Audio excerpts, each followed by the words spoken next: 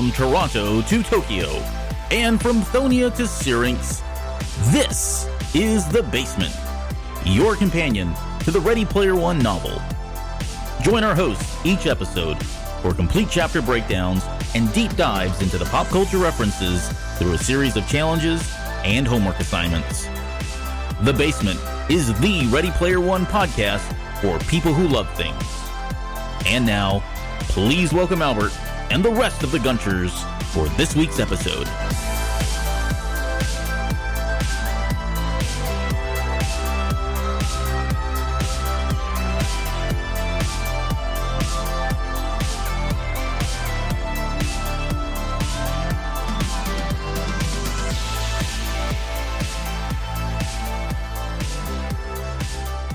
Hello and welcome, Gunchers, back to The Basement. My name is Albert Padilla, and this is part 4 of episode 6, a show that we're calling Godzilla and Godzooky. Hopefully by now you've all had a chance to get caught up on the episodes that have come before this, and most recently the Halloween special that Mike did just a couple of weeks ago. So to get things started tonight, I'm excited to finally debut a new guest here on The Basement. He is Earglue Media's social media manager. He's a fellow Austinite, and when he's not doing podcast stuff, he is wrangling snakes, from what I hear. So please welcome to the show, Josh Crawford, also known as Imperial Moonwalker. Josh, welcome to the show. Thanks for having me here. Been looking forward to this for a while. So yeah, it's good to be here. And I am, as of tonight, officially a snake wrangler. Whether that means something to some people or not, I don't know, but yeah. Right. Double entendre, if you right. like. Take that as you will. Yeah. So kind of a tradition here. Well, we don't really have any news, and we're going to just kind of jump right into the show, to be honest. But one of the things that we've been doing with all of the new guests, kind of as an icebreaker, is really just getting your thoughts on the Ready Player One novel, when you came about reading it, how you got into the book, your thoughts on the book, and then if you want to throw anything about the movie, you can do that as well. So take it away. Let us know how you got caught up in this whole Ready Player One thing. Yeah, so I think I heard from a few other guests on the show because yes, I am definitely a listener, long-term listener of this show. I heard from a few other guests that Audible was a very popular choice, and so that is the same for me. Audible was something that recommended this book. I had it in my queue for a while. To be honest with you, I couldn't decide between the book, the Audible book, or the physical copy, because it was Will Wheaton for 10 hours, good or bad. Right, so yeah. I kept it in my wish list and got caught up on a few books, and then just gave it a shot. And I honestly, I just fell in love with it. I mean, I saw the movie eventually, but between the two, I really, really like the novel version. I mean, I think the movie does have the themes. It still holds strong, and it's good that Ernie actually was able to write that one too. But I really did like the novel version. It hit on a lot of levels. I mean, it was adventurous. It's set in the future, which is really big for me on stories. I really get into that. And then the separator with this actual story was it had that nostalgia, which is real powerful. I mean, I think you've probably seen from all these episodes of The Basement where you do your pop culture references. You find things that actually they probably suck now, but if it's got some nostalgia, it really holds a lot of weight to it, you know? Yeah. So Ernie was able to pull that into the novel, and it was really powerful, and it's a really clever way for him to bring it to a story. And so, yeah, it was just, it hit home with me, and I really enjoyed it. Yeah, good. Well, good. And again, it's not a prerequisite that you've read the book to be on the show by any means, but it certainly helps. In this particular chapter, especially with the plethora of pop culture references that are in there, it maybe doesn't make or break you, right? Because we don't even really focus on the book yet. We'll get back to the book at some point before the end of the year, hopefully. But really, it's just been heavy into the pop culture stuff. So, but yeah, always a plus if you've had a chance to read it, and glad you enjoyed it. So. Well, let's do this. Let's just pick up where we've kind of where we left off, and to recap how we've been doing chapter 6. We're just kind of doing a whole mixed bag of all of the authors, movies, TV shows, the novels, everything that's kind of mentioned in that whole little diatribe that Wade goes through when talking about all of the pop culture stuff in chapter 6. We're just going to kind of mix and blend all of that together. So we'll start off with the novels and the authors, really, that are mentioned at the very beginning. We've got Richard Morgan, Ray Bradbury, Neil Gaiman, and John Scalzi. So Richard Morgan, we'll start with him. 1965, he's still alive.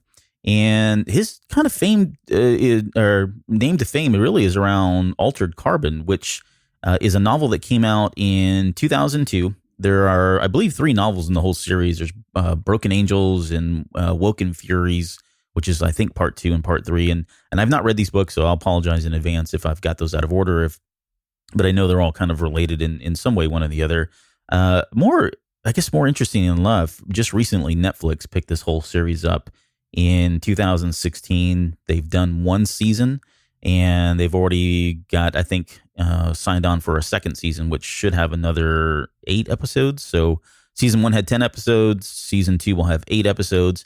And just quickly, as a synopsis, there's a private investigator that's hired to investigate this wealthy man's death. This takes place set in the future, where people are able to transport their brain consciousnesses or whatever into different bodies that they call sleeves. That's kind of like a super high level gist of it. But so Josh, this is so the homework assignment was really just to kind of familiar yourself with Altered Carbon. But I kind of threw a bonus thing in there and said if you could maybe catch a couple of the episodes of the Netflix series, please do so. Did you get a chance to either read the book or take a look at those shows? I actually did watch. I got through 1 episode, and that's not a good or bad thing, really. I think to summarize the first episode, or my impression of it, was don't watch with the kids around, because it's it's interesting. It felt like it was so with Richard Morgan. I wasn't familiar with his stuff, which is odd because I do like sci-fi. I think it's probably because it happened later. His breakout was more in the early early 2000s, but I mean it's like it's that futuristic setting that I really like, that dystopian tale, which I'm a big fan of. But so the show was interesting. Yeah, it felt like it felt a little bit. I think SP and I talked about it a little bit on Discord. It felt a little bit in the same style as Westworld. It wasn't the same as Westworld. I'm not trying to say that, but it had a little bit of an even like the intro to the show felt very Westworld intro. And maybe that's Netflix's attempt to compete with HBO on it. But a lot of cursing. I think like the first 5 minutes, you got people showering together and cursing, but if you get into it, it starts to kind of build itself. It was okay. I say it was okay. I probably won't continue watching it, but it was interesting. Yeah, I would say so. I've maybe seen 5 or 6 episodes of the first season, and I stopped watching it, and it was for no other reason than I just ran out of time, and I've got so little time with this show and everything else going on in my life that I didn't get a chance to go back to it. But I will say it definitely gets better. There are, I think, in terms of how it was critically received, pretty positive overall. I know there was a lot of water cooler talk last year, or maybe the year before, when it came out at my place of business, when people were kind of talking about, hey, you got to check it out, it's brand new. It's got definitely some cyberpunk kind of feel to it, which I thought was kind of cool. A little different than what we normally get, or at least what's even out there right now. So if you get a chance, check out the series. Again, it is on Netflix if you've got that, with season 2 coming up here pretty soon. Let's move on from there. Ray Bradbury. So I mean, what can you say? Ray Bradbury, if you don't know, lived from 1920 to 2012. The guy was 91 years old when he died. He's done everything from Fahrenheit 451, Illustrated Man, I Sing the Body Electric, which is a song, by the way, on the Fame soundtrack. Just want to throw that in there. The Martian Chronicles, and just billions and billions of other science fiction, fantasy fiction artworks. I mean, he's just won every single award you possibly can, as every literary award, anyways, that you possibly can. So so for this one, I just threw out Fahrenheit 451 because it was one of my favorite books from him.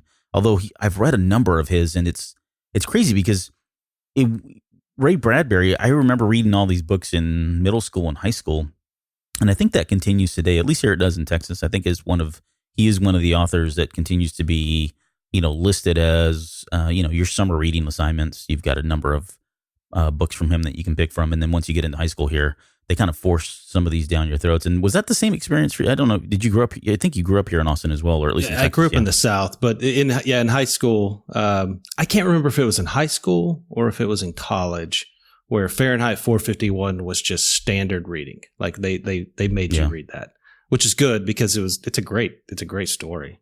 In fact, in our house, up until just a few years ago, I had a copy and my wife had a copy, and we were going through our books and we found that we each had one. So we got rid of them. And so I think the copy we have now actually has like notes in the margin from school. So we still have, but Fahrenheit 451 is a staple, I think, in most schools.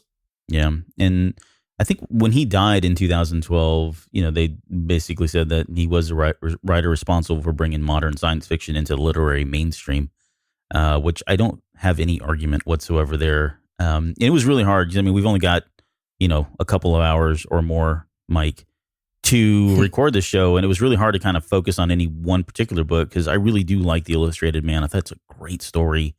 But so we landed on Fahrenheit 451 as the homework assignment. And for those of you who are unfamiliar with it, that's okay. I'm going to just kind of give you a quick high level version. But again, it takes place in this dystopian world. It's set in, I believe, in 1999, if I'm not mistaken, which obviously is come and gone. But it's during a time when books are outlawed and they are burned by these firemen, and that's what their job is. And one of the firemen, guy by the name of Guy Montag, decides that he's going to go against the grain, go against the system, and does everything to fight and preserve literature, free speech, and all of that. So the title itself, Fahrenheit 451, is the temperature at which paper burns. So that's where it gets a title. And really, there's kind of two takes on how and why Bradbury came to write this. I've seen some folks write that it was to address the concerns of a lot of book burning that was happening during the 50s and 60s around this time. And then the other interpretation of the novel was really it was kind of a metaphor for the declining nature of reading that was starting to occur with the onset of movies and especially television, right?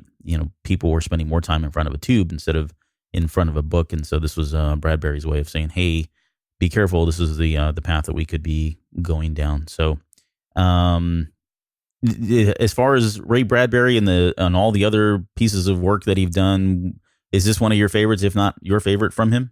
Yeah, I did like this one quite a bit. It probably of all his novels. I mean, he's got so many that are really, really. I mean, he is. If you're going to talk Mount Rushmore of sci-fi authors, I mean, he's going to be on most people's Mount Rushmore. But yeah, this one right here to me, I think stands out as his work that I appreciate and I like a lot because it's just got a lot of. Well, it's a classic because it's got a lot of themes that are relevant almost at any time period. I'm sure at the time when he wrote this, it was relevant. And it's, I think you can even say that even more so now that is a relevant type of theme about where you become complacent and you don't ask why. And you don't think for yourself, this is what happens. They write these books to please everybody, but they don't want to upset anyone. They don't want to upset anyone. Everybody gets offended, so they decide to get rid of all the books, which is, I guess it's more eerily similar to how things go nowadays. And I don't want to get too much into like the political aspect of it all, but I think that's why it's a classic because it speaks to so many different time periods. Yeah, no, I would agree. I probably failed to mention this. The book was written in 1953. So it's been, 50, 60 years now since it's been out. We're coming up on 70 years, to believe it or not. So, and speaking of the book, and I guess fast forward to today, more recently, I guess maybe last year, there was a movie that was made about the book. It starred Michael B. Jordan and Michael Shannon. It was a movie adaptation that came out on HBO, and I kind of threw that in as a bonus to watch it. I honestly didn't get a chance to watch it. I just had too many freaking campy things to do and all this stuff. But did you get a chance to watch any of that? Because I heard mixed reviews about it. Like on one hand, I heard it was good. On one hand, I heard it wasn't that great. There was a 1966 version that I remember seeing in right out of high school. I think it was out there. like a Blockbuster video. I went and picked it up and watched it. And I thought it was actually really good, even though, again, that one came out to mixed reviews as well. But have you seen either of the movie adaptations of this? I actually did watch the film version of it. Visually, the film looks really good. It's got some great lighting, some real nice contrast of colors. Just visually, it's really pleasing. And one thing I did like, though, unlike the novel, they established a really close relationship between Beatty and Montag. So when things happen towards the end of the novel, it feels a little bit, you feel it a little bit more because they've established that relationship. I will say the scene where surely it's not a spoiler at this point, but there's a scene in the book and in the movie version, the adaptation, where a woman so passionate about the cause, she burns herself with her books. This is one of those rare times where the visual shot of this is a little bit more impactful when you watch it, and you can see how it affects Montag. Those are some of the things that I really did like, but there were probably more that I didn't like. They made Montag's character really arrogant and really cocky at the beginning, and they're trying to establish some character growth, but it seemed a little bit shallow. They make them out to be celebrities. They've tied this. They've said it more applicable to today's setting. So they've tied it to where they're celebrities in social media aspect, which is kind of annoying. Clarice, which in the book, she has a specific role in the book, albeit somewhat short. She's there for like more of a love interest and kind of a catalyst for Montag changing. I didn't like that too much. There's a lot of flashbacks for Montag. So, and then I think the one that bugged me the most, which is kind of the sci-fi dork in me, is that they replaced the mechanical hounds with actual dogs. I mean, they replaced them with German shepherds, which is kind of a bummer. But I would say you probably heard correct. It was okay. I'm not going to watch it again. It was good to check out one time, but I think my overall take was it's kind of a weak approach to the classic story. I mean, Michael Shannon's awesome. He's a really good actor. And Michael Jordan's a really good actor too. These are great roles for him. But it's kind of a forgettable film. Yeah, that's pretty consistent with what I've heard, even from some of the more diehard fans of Ray Bradbury, and even, Michael B. Jordan and Michael Shannon as far as supporters. So, all right. So the last one I guess we have, we've got two more, sorry. Neil Gaiman. So 1960, still alive. And this is one of those guys that I knew him from like in high school when I was reading the Sandman comics. And that's kind of what I threw out there, as far as some of the homework stuff was to look into that, at least look into the comic books themselves. Though to say, he came out with some novels later on. In fact, I believe in 1996, he wrote Neverwhere, and Stardust in 99 I remember when that was released, it was huge, at least in the comic book industry in the world, right? There was a lot of people that had a lot of attention to that because it was his really, truly first kind of novel that was primetime. He did American Gods in 2001. I think that was a New York Times bestseller. If not, it was Stardust, one of the two, or maybe even both were both New York Times bestsellers. And I have not read any one of those books or any of the novels that he's done since. I only know him from the Sandman comic series. But I think from what I've heard is these novels are actually pretty darn good. So he's one of the few comic book writers that I'm aware of anyways that has gone on to write novels and been very successful in that medium as well. But so Sandman is a DC comic. It was part of the Vertical print or line of comics at one point. And it ran from 1970. Well, I was trying to remember where I first read it. I guess it was I want to say it was in 89, maybe. Yeah, 1989, I think is when it first came out. And I probably didn't jump into it until about 91. So I was about a year in at that point. But did you get a chance to look at these comic books, the Sandman series, or were you familiar with them already? I'm familiar with them. I didn't get into them too much. So the best man at my wedding, he's a super Neil Gaiman fan. Like, I mean, he's the uber fan of this guy, like favorite author. And so he introduced me to him a little bit. I gave the Sandman a shot. It reminded me a lot of The Cure. Yeah, exactly. Yeah, but it also like Alan Moore's take on Swamp Thing. It's a little bit like that. So it's more of like a horror comic. It was very much a horror comic when it first came out. When things start getting a little too religious or political, I start backing out. I don't know. It just doesn't interest me too much. But the dude is solid. I mean, to be able to go from arguably some of the best comics that have ever been written, like the Sandman, cross over to do some novels like American Gods, which is huge. I mean, that's a huge novel, very popular. And a pretty good novel anyway. He's definitely talented. Yeah. And just to kind of recap the Sandman series, and I'm probably only going to be able to speak to the point where I stopped collecting these comics, so bear with me here. But when it first came out, it really kind of focuses around a character named Dream, and he gets called other names, similar names like Morpheus and all that throughout the series, depending on who he's speaking to and what folktale or what culture he's speaking to. But essentially, he's part of a group called the Endless, which are a group of other characters that are like basically mortals, like Destiny and Death, who she became really popular right around early 90s, and she got her own comic book series. That's, I think, his sister or whatever. And then there's Desire, Despair, Delirium, Delight, all that. But it's basically this dark fantasy comic book it's almost a horror comic book early on. It lightens up a little bit later. It takes place in the DC universe, though I don't ever really recall, at least that I remember, any one of the main A, B, or maybe even C characters in the DC universe being a part of the title, although it was supposed to be running in that universe. So I think later on they may have had some crossover type things, nothing to the extent of like Crisis on Earth or any of that stuff, but I think they may have come and kind of touched and go within the series itself. It was mostly focused around like old historical folkloric figures and that kind of thing.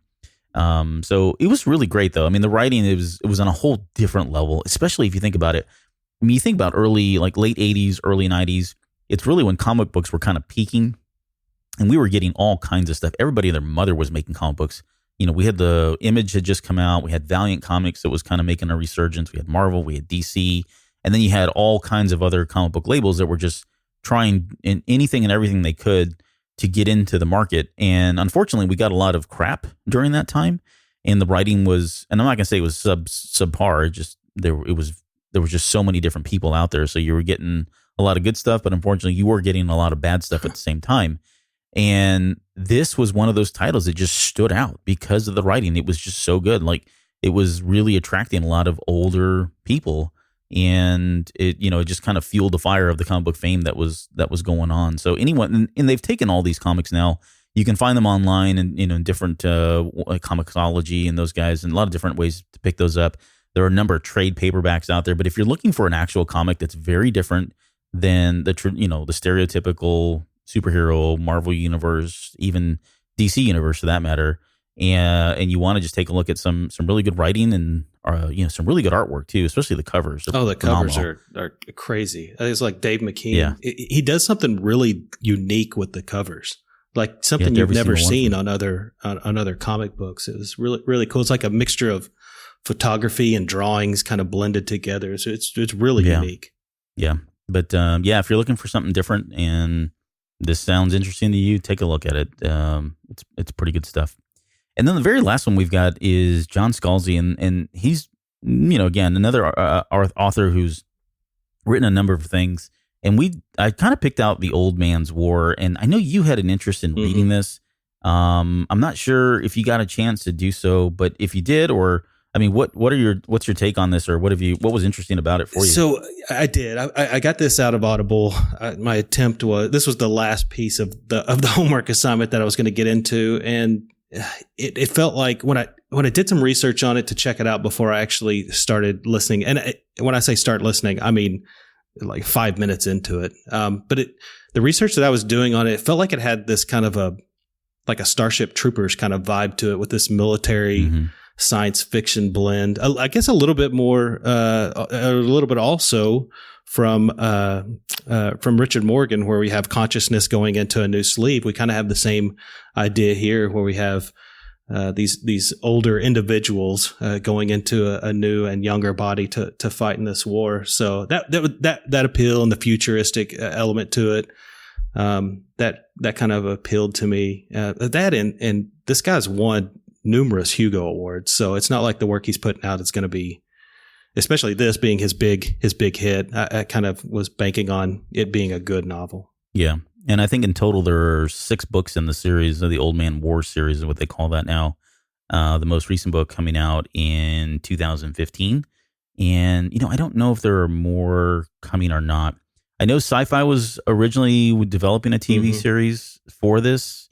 And then I think that kind of fell to the wayside. And then in December of last year, maybe fall of last year, somewhere around there, I remember Netflix had acquired it, but I haven't seen anything since. And I don't know if it's going to be a film, TV series, or what. Have you heard anything? Yeah, Netflix did pick up those rights. I think it was really late in 2017. It kind of changed a lot of hands. I know Paramount tried to pick up the option back in 2011. Then, of course, Sci-Fi tried to do the series. But yeah, last I had heard was Netflix in late 2017 was gonna try to make a film adaptation, whether that's a series or an actual film itself. I don't know what they're going to do with it. There was something pretty cool that I found doing a little bit of research into him, and he actually gives a call back to Neil Gaiman in the novel Old Man's War. I think he names a recruit after. He may name him Gaiman, but he was a little bit of a callback there. So some cross referencing here in our homework. Yeah, nice.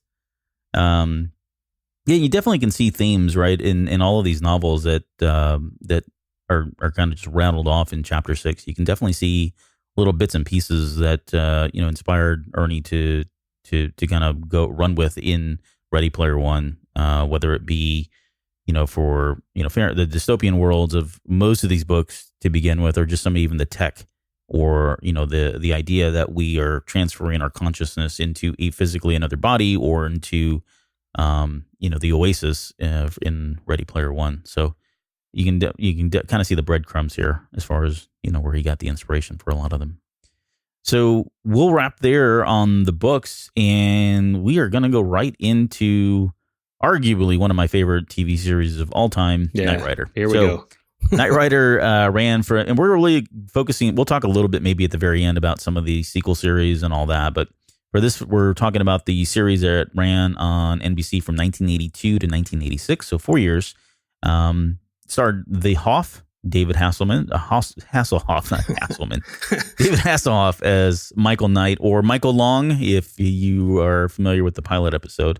It had William Daniels as the voice of KITT, and I won't steal your thunder on that one. I'm gonna give you that one here in a little bit. We had Edward Mulhare as Devin Miles, who was the leader of FLAG, which was the Foundation for Law and Government, which is one of those words where I think they said FLAG, and then they try to come up with the acronym names for FLAG.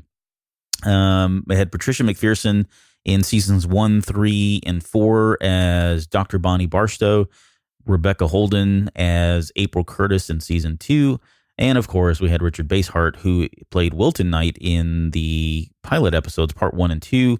He's the creator of FLAG. He dies in the pilot, but we always hear him because he is the guy that does the voice, the intro and the outro of the series throughout. So before we go any further, I need to ask you a question.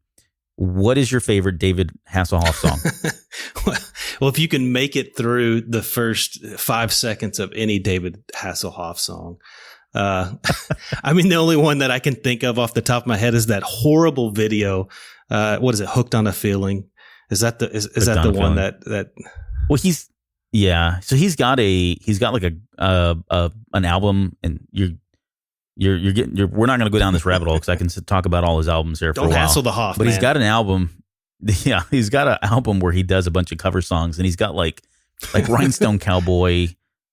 These boots were made for walking, which Nancy Sinatra, but David Hasselhoff, I don't figure that one out.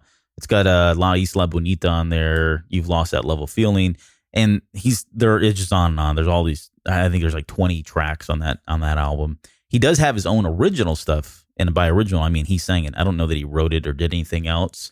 But just to throw mine in there, for me, it's the Night Rocker, 1985's Night Rocker. I am the Night Rocker. You got to listen to it. It's horrible, but it's so good. And yeah. So, anyways, I am writing it down as we speak. Yeah, Night Rocker. All right, no, all right. Let's get back. But to Knight Rider. Is it Night Rocker like KNI? Or no, it's not, because that would be sweet. I didn't even never even crossed my mind. No, it's actually Night Night Rocker. They'd probably sue him if he tried that. Yeah, I don't think he has any right or claim to that. But yeah, there's another double entendre there as far as what he's singing about in that song. But I'll leave it at that. All right, so getting back to Knight Rider, it was created by Glen Larson. So if you don't know who Glen Larson is, we've talked about a couple of these shows already on previous episodes of The Basement, but he's the guy behind Battlestar Galactica, and these are all the 70s stuff, not the most recent stuff. So Battlestar Galactica, Buck Rogers in the 25th Century, Quincy MD, The Hardy Boys, Nancy Drew Mysteries, if you remember that short-lived series. One of my favorites, BJ and the Bear, which is I think I mentioned this on one of the shows. I think it was Crowley. We were talking about BJ and the Bear, which is a TV show that came out in the 70s where a guy drives around a semi-truck with his co-pilot, which is a chimpanzee. Did you ever see that one? No, I keep thinking of the Clint Eastwood movie. Yeah, so any which way you can or anything but loose. Yeah, same kind of premise there. Only, it's a chimp throwing poop. But which actually, from what I hear, and I've heard this before, I did a little bit of light homework in trying to lock this down on whether it's true or false, but I had heard that BJ and the Bear was really kind of the pilot, I guess, or the skeleton, the idea that sparked Knight Rider. So I can see it. He went on to do The Fall Guy and Magnum PI. So, and there's other shows as well. Those are just kind of the big ones that Larson was kind of behind. So let's talk about the very first part of it, because we can get into the Hoff and all that as well. But the intro and voiceover was just something that was really, as a kid, I thought it was the coolest thing. I mean, the intro itself of Knight Rider, you've got, kind of like this outrun feel. It's the Pontiac riding through the desert, and you've got the colors. There are like these purples and these pinks and these oranges. You've got the music going on, and then Richard Basehart's voice comes over, talking about Knight Rider, a shadow flight in the dangerous world, right? That whole part of it, which actually was on Facebook for and I think I've changed it within the last year or two, but for almost 5-6 years, that was my profile. Like when someone wanted to know more about you, I had just copy and pasted the entire Knight Rider intro narration right in there because I just thought it was the coolest thing. But so let me just pause there before we get into like the jacket and all that. But for you, Knight Rider, was this a show that you remember watching growing up, or I guess what's your level of fandom with Knight Rider? Yeah, no, Knight Rider was a staple. I mean, it's been years since I've watched it, but during the homework assignments, when I picked up on a few of these episodes, it was weird. I felt like I kind of got the same feelings when I was watching it, where I really didn't care about back then. I didn't care about David Hasselhoff, and I just wanted to see the car. And I found myself, 30 something years later, not caring about David Hasselhoff and wanting to see more of the car. So hey, I guess it's got some lasting power there. The car lasts, KITT lasts. But yeah, I definitely into this one, and it was fun to watch again, still even today. Yeah, I mean that was always.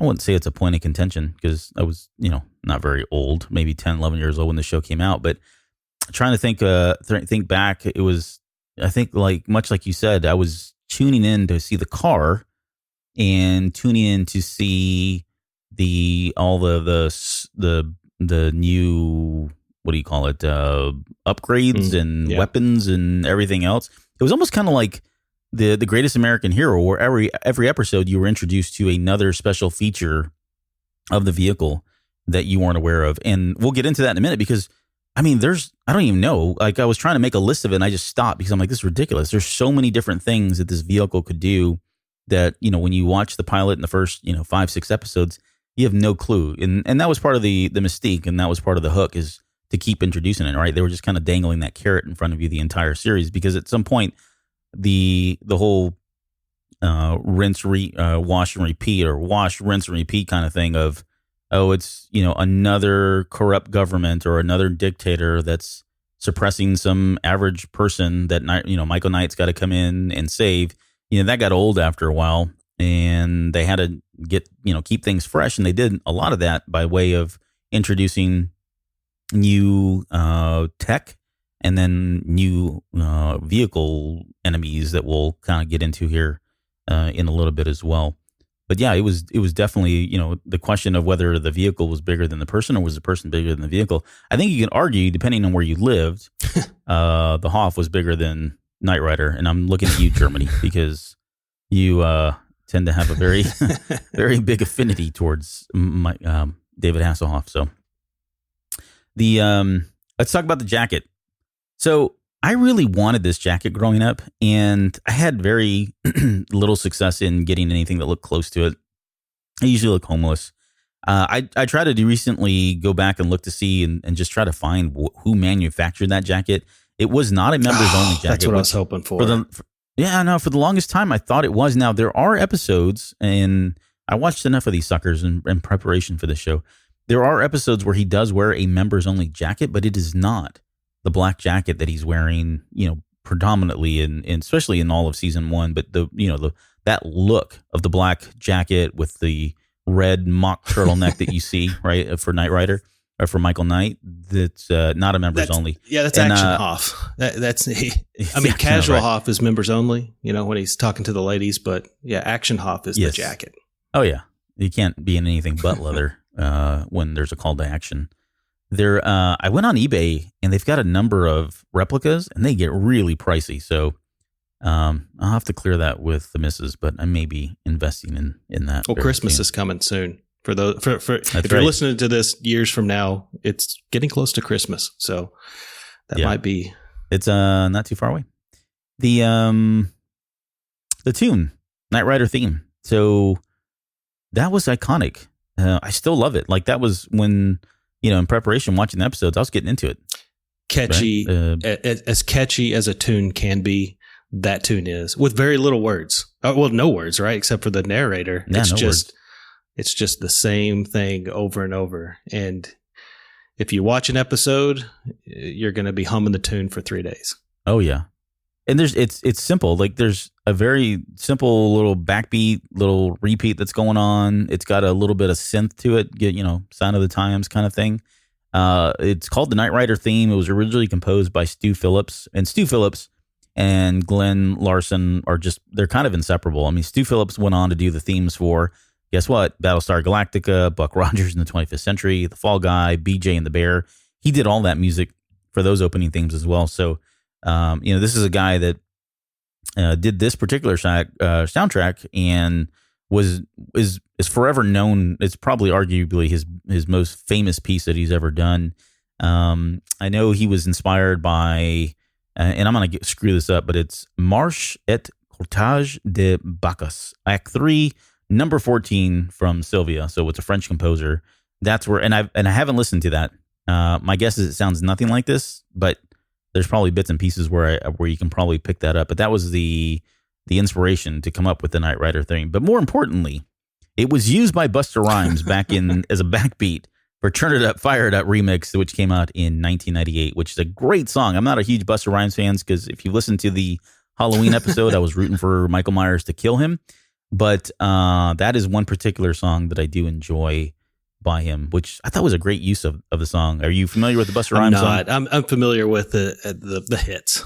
All right, the hits in the 90s. Oh, yeah. This is a hit, buddy. I bet if you played it, I bet I would recognize it. Yeah, I bet. But Busta Rhymes, I'm not a fan of. Yeah, well, spoiler alert, it just sounds like the Knight Rider song, and he's rapping to it. But I think it got to like it's like his number 3 hit all time. Okay, then I probably. So, and he's done a lot of albums.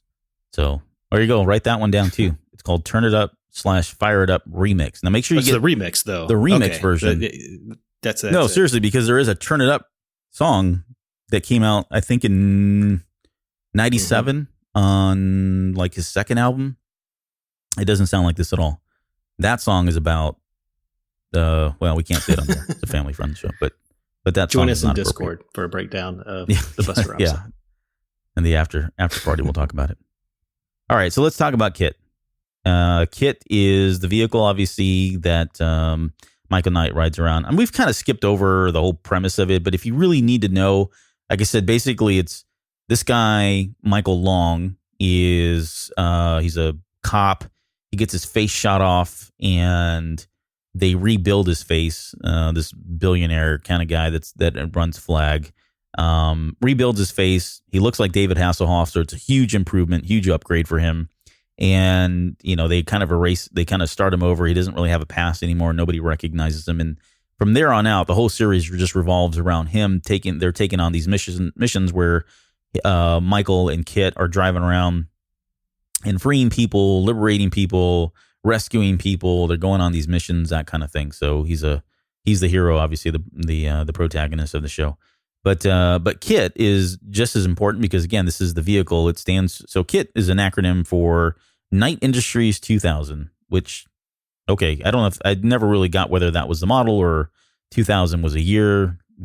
Any idea what was there? I think 2000's probably that. In 1980, you tack on 2000 to anything, it sounds cool or or futuristic, right. Even though it was 15 years away or so. So 18, but whatever. Yeah, you're right, 18. So yeah, I think that was just putting a hip element to it. Yeah, no, you're right. I think that's a good one. I'll go with that. The vehicle itself was a 1982 Pontiac Trans Am. It was all blacked out before blacked out was cool. We got blacked out van with the A-Team a little bit, not too long after, but again, Wilton Knight is the gentleman that was kind of running Flag. He's the one that was the money bags behind all of this whole thing. This vehicle had tons of features. It was like self-aware. It could talk. Impenetrable armor, which was kind of one of the biggest things, right? It was one of the main features of it is that it had this chemical coating on it that made it nearly invulnerable. It was heat resistant up to like 800 degrees Fahrenheit. It went from 0 to 60 in 2 seconds, which is amazing. It had a turbo boost. I believe it had like several turbos built into it, and so it was able to reach speeds over 300 miles an hour, although they broke that later on. I think in season 4, the very last season, there were some modifications they made, and they were kind of jumping the shark at that point with the show. But yeah, 300 miles per hour was the top speed, or allegedly. There was it could do voice translation, voice projection, had X-ray vision, infrared vision. There was the stealth mode, had grappling hooks, oil jets. I mean, it was the Batman or the Batmobile. Basically is what this was. And any of those stand out for you? I mean, I didn't hit all of them. I'm serious. There's like 60 or 70 different things that this vehicle did. But I guess in watching some of the shows and prep for this show, any other notable features that KITT had that were kind of cool? Well, I'll say the one that impressed me the most was in the pilot, when KITT ejects Michael out of the car directly onto the roof of a building. That was pretty amazing. So not only can it shoot him that far, but it also protected him somehow. But yeah, the whole interior of the vehicle, even to Michael in the pilot, was he was blown away himself.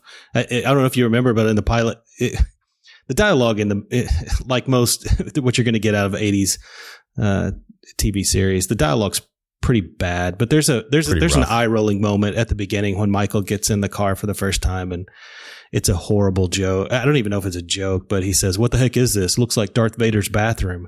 And I'm thinking, oh God, this is bad dialogue. But that's what you're getting out of Knight Rider. 1982. I guess it looks like Darth Vader's bathroom. There was another one too. They made a George Lucas reference.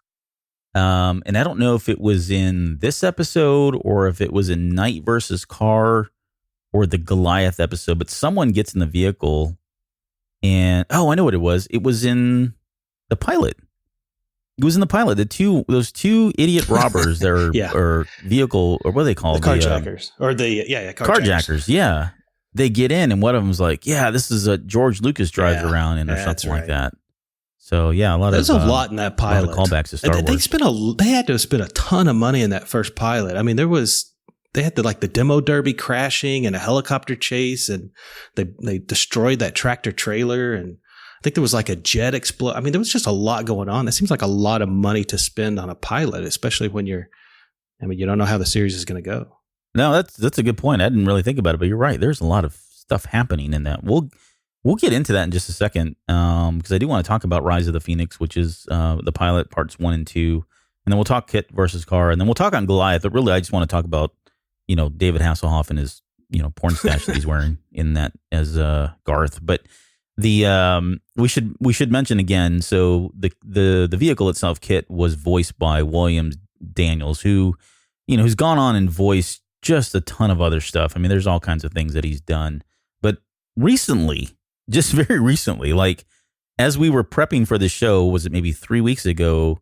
He was in the news. And do you want to share with our audience what Williams Daniels was doing? I guess at the ripe old age of 91, he's battling what somebody was breaking into his house, and he fended them off. So, yeah. I mean, 91, KITT still got it. Or the voice of KITT still got it, right? The voice of KITT.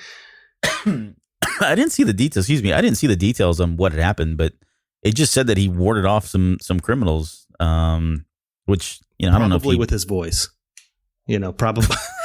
probably used his best talent, because he did voice acting on so much.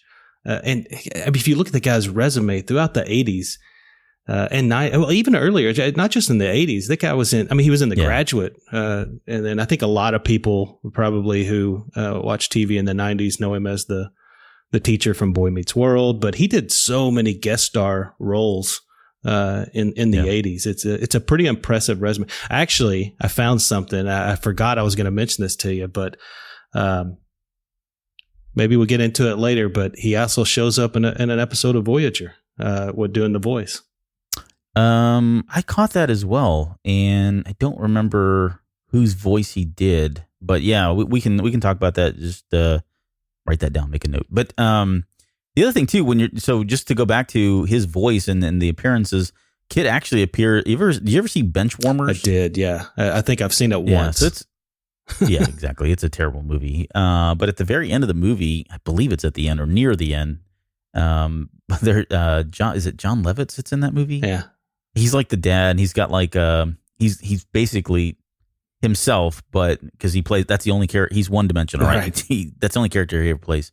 But he's got like the Michael Knight jacket on. And he pulls up in a Pontiac Trans Am, 1982, and he's talking about how he's restored this vehicle to make it look like Knight Rider. And when the unfunny scene happens where KITT starts talking to the other characters, it's actually Williams Daniels' voice. Nice. He actually went back and recorded that voice for that movie, and it's really not funny, but it was cool to hear that voice when he did that. He also did it there's a Simpsons episode for everything. Yeah. Let me just state that right now. But there was a Simpsons episode where KITT is in the Simpsons, and he came back and voiced KITT for that as well. So, but all right, so let's do this. Let's talk about Rise of the Phoenix. This is the pilot. It came out 1982. It's part 1 and 2.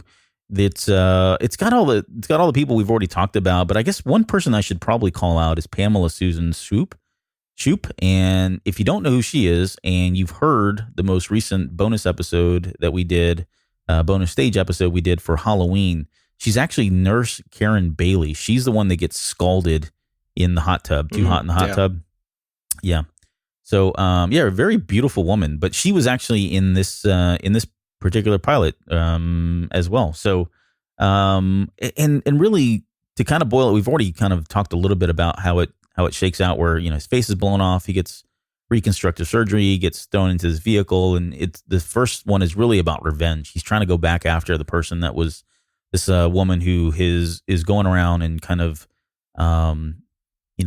mingling with these CEOs and owners of companies, taking their money and all that, and eventually gets revenge on her, and at the very end she dies by trying to shoot him, and because KITT can't be, you can't shoot a bullet into KITT, the bullet reflects off the window, shoots her in the face, and then she dies a horrible death, and they just kind of roll out, which is kind of the whole episode. But the I guess more notably for me was the amount of music that was in this episode. Yeah, and consistent through most of the episodes. That was, it's like if you like 80s pop, the soundtrack is great, but did you notice that it's not by any of the original artists? Yeah. Well, so here's the thing. No, I'm glad you pointed that out, because yes, you're right. throughout the series of Knight Rider, there's a lot of music, and none of it is by the original artist. It's all cover bands or like bands that sound really close to it, but we've already blew our budget on the pilot, so we can't afford to get the real rights to play that music. And I think in the original, so in this particular pilot, they do play, well, maybe I'm wrong, but it sounded like I heard Quarter Flash, Heart in My Heart from 1981. That was on the jukebox, I think, or something in that episode. But then there's a scene in there where he's fighting with KITT, and he's like, no, I'm going to listen to my own music. And they play like Take It Easy by the Eagles, Peaceful Easy Feeling by the Eagles, Don't Stop by Fleetwood Mac, and then Carolina in My Mind by Melanie. And all of those sound like, oh, and I forgot to, oh boy, what's the other one? Third Rate Romance by the Amazing Rhythm Aces. Yeah, and I believe all of those are the original ones. But then after that, from that point on, everything else is all just cover bands or, whoever. It's not the original artist. But so going back to the pilot episode, I'm trying to think of all these other songs now that came up. But going back to the pilot episodes 1 and 2, did you enjoy those? I did. So when I first started the pilot episode, the part 1, the thing that stood out the most was just how much they packed into like the first 12 minutes. I mean, you've got like a double cross, and then I think it's a triple cross, and then like a face transplant, and then he gets a new job, and then you've got all these characters with no names, and then he gets introduced to the car, and then that's literally like 10 minutes of the first 45 minutes of 2 parts of 45 minutes. So you're like, I mean, where's this going? But it's a good pilot. The thing that stood out, I think the thing that really stood out to me, and I probably because I like this movie so much, was we get a cameo with Barrett Oliver, the kid from Neverending Story, and Daryl, who he shows up. That's the one he plays. That's Buddy. right. Yeah, that's right. So that kind of stood out to me a little bit. But no, it's a good episode, or a good first 2 episodes, especially for a pilot. Like I said earlier, you could tell they spent money on this thing. The other episodes that I asked you to watch were KITT versus KARR. So this is in season 3, episode 6, and it's really not the first appearance of KARR, which we're going to talk about in just one second. Because the first episode with KARR was Trust Doesn't Rust, which was in season 1. So later on in season 1, I think episode 9 is when we first get introduced to that vehicle. But KARR, for those of you who don't know, KARR stands for Night Automated Roving Robot. And as the story goes, there was a prototype vehicle prior to KITT that came out called KARR. And it's been sitting in some abandoned warehouse that was owned by Knight Industries for so long, with one security guard who was guarding this whole thing. And I guess the reason why I threw this episode out there is because it has Peter Cullen, Optimus Prime himself, who voices the voice of KARR, which is really cool because at one, many points in that episode when KARR is speaking, it sounds like Optimus Prime talking, which is awesome because, again, in 82, we were just, I think, a year or 2 away from the Transformers cartoon coming out. And then later on, I think in season 3, when we get to the KITT versus KARR episode, it's actually voiced by Paul Frees, who, if you don't know who Paul Frees is basically kind of like a Mel Blanc who does, can do just about any and every voice possible out there. But yeah, so real quickly on this episode, did you enjoy this one, or were you really thrown off by the amount of shoulder and chest hair that our main character had? Okay. So yeah, I wasn't too thrown off with the shoulder hair, but the KITT versus KARR episode, I mean, it was awesome. It was a really good episode. I mean, KARR is a villain it's a little unlike some villains. I think I liked the most about KARR was, though, when he was a villain, he was also willing to listen to others to be even more villainous, which was kind of different, especially coming from a KARR. But no, this episode was really, really cool. But by far my favorite of the ones that I watched. Yeah, I would agree too. In terms of there's a lot of great episodes, but of the 3 that we watched, this was probably the better one of it. The other thing, so in the other notes I have in here is we got Pointer Sisters Jump, which wasn't them. It was another cover band. So And the Go-Go's, right? Did we get the Go-Go's? Yeah, later on we do. That's right. There's also Cruel Summer, which is, one of the songs from the Karate Kid soundtrack, but it's not really the original band singing that. And this is the episode where the guy says, I bet George Lucas drives one of these things from the Carjackers, I guess, or whoever it was that was driving it. So, there's in the end, this particular episode kind of focuses around, and we're just going to jump to the end of it just in the interest of time, but, this is the second time they've met. And let me just back up, because in the very first episode, did you watch Trust Doesn't Rust, which was the first appearance of KARR? No, but finding out that Peter Cullen did the voice of KARR in that one, I wish I would have. When I heard the voice of KARR in KITT versus KARR, it sounded real familiar, and I had to go do some research, and I found out, this is the guy that did a lot of, I think he did like in The Hobbit and Return of the King cartoons and things like that. So he was a very familiar voice, and a very, very popular voice actor. But no, when I found out that Peter Cullen did the other one, I wish I would have gone back and watched that. Yeah. Well, the reason I'd asked was because in the way the first episode ends, the Trust Doesn't Rust, KARR goes over the edge of a cliff and it falls down and hits a bunch of rocks down on a beach, and it blows up into like a billion pieces. Somehow, this episode starts with KARR buried in the sand. And maybe I was falling asleep. Maybe I don't recall. I just don't remember how the heck they tried to retcon that, where he's still in, because he's completely intact at the beginning of this episode. Until the dude with the shoulder hair finds him with his metal detector. So I don't know. If you watch it again and you figure it out, text me. Let me know what that is, because I'm probably never going to go back and watch this episode anytime soon. But at the very end of the movie, this episode, what it boils down to is, Michael Knight is going, I don't know, let's just say 300 miles an hour, and KITT is coming right at him. KARR is coming right at him as well.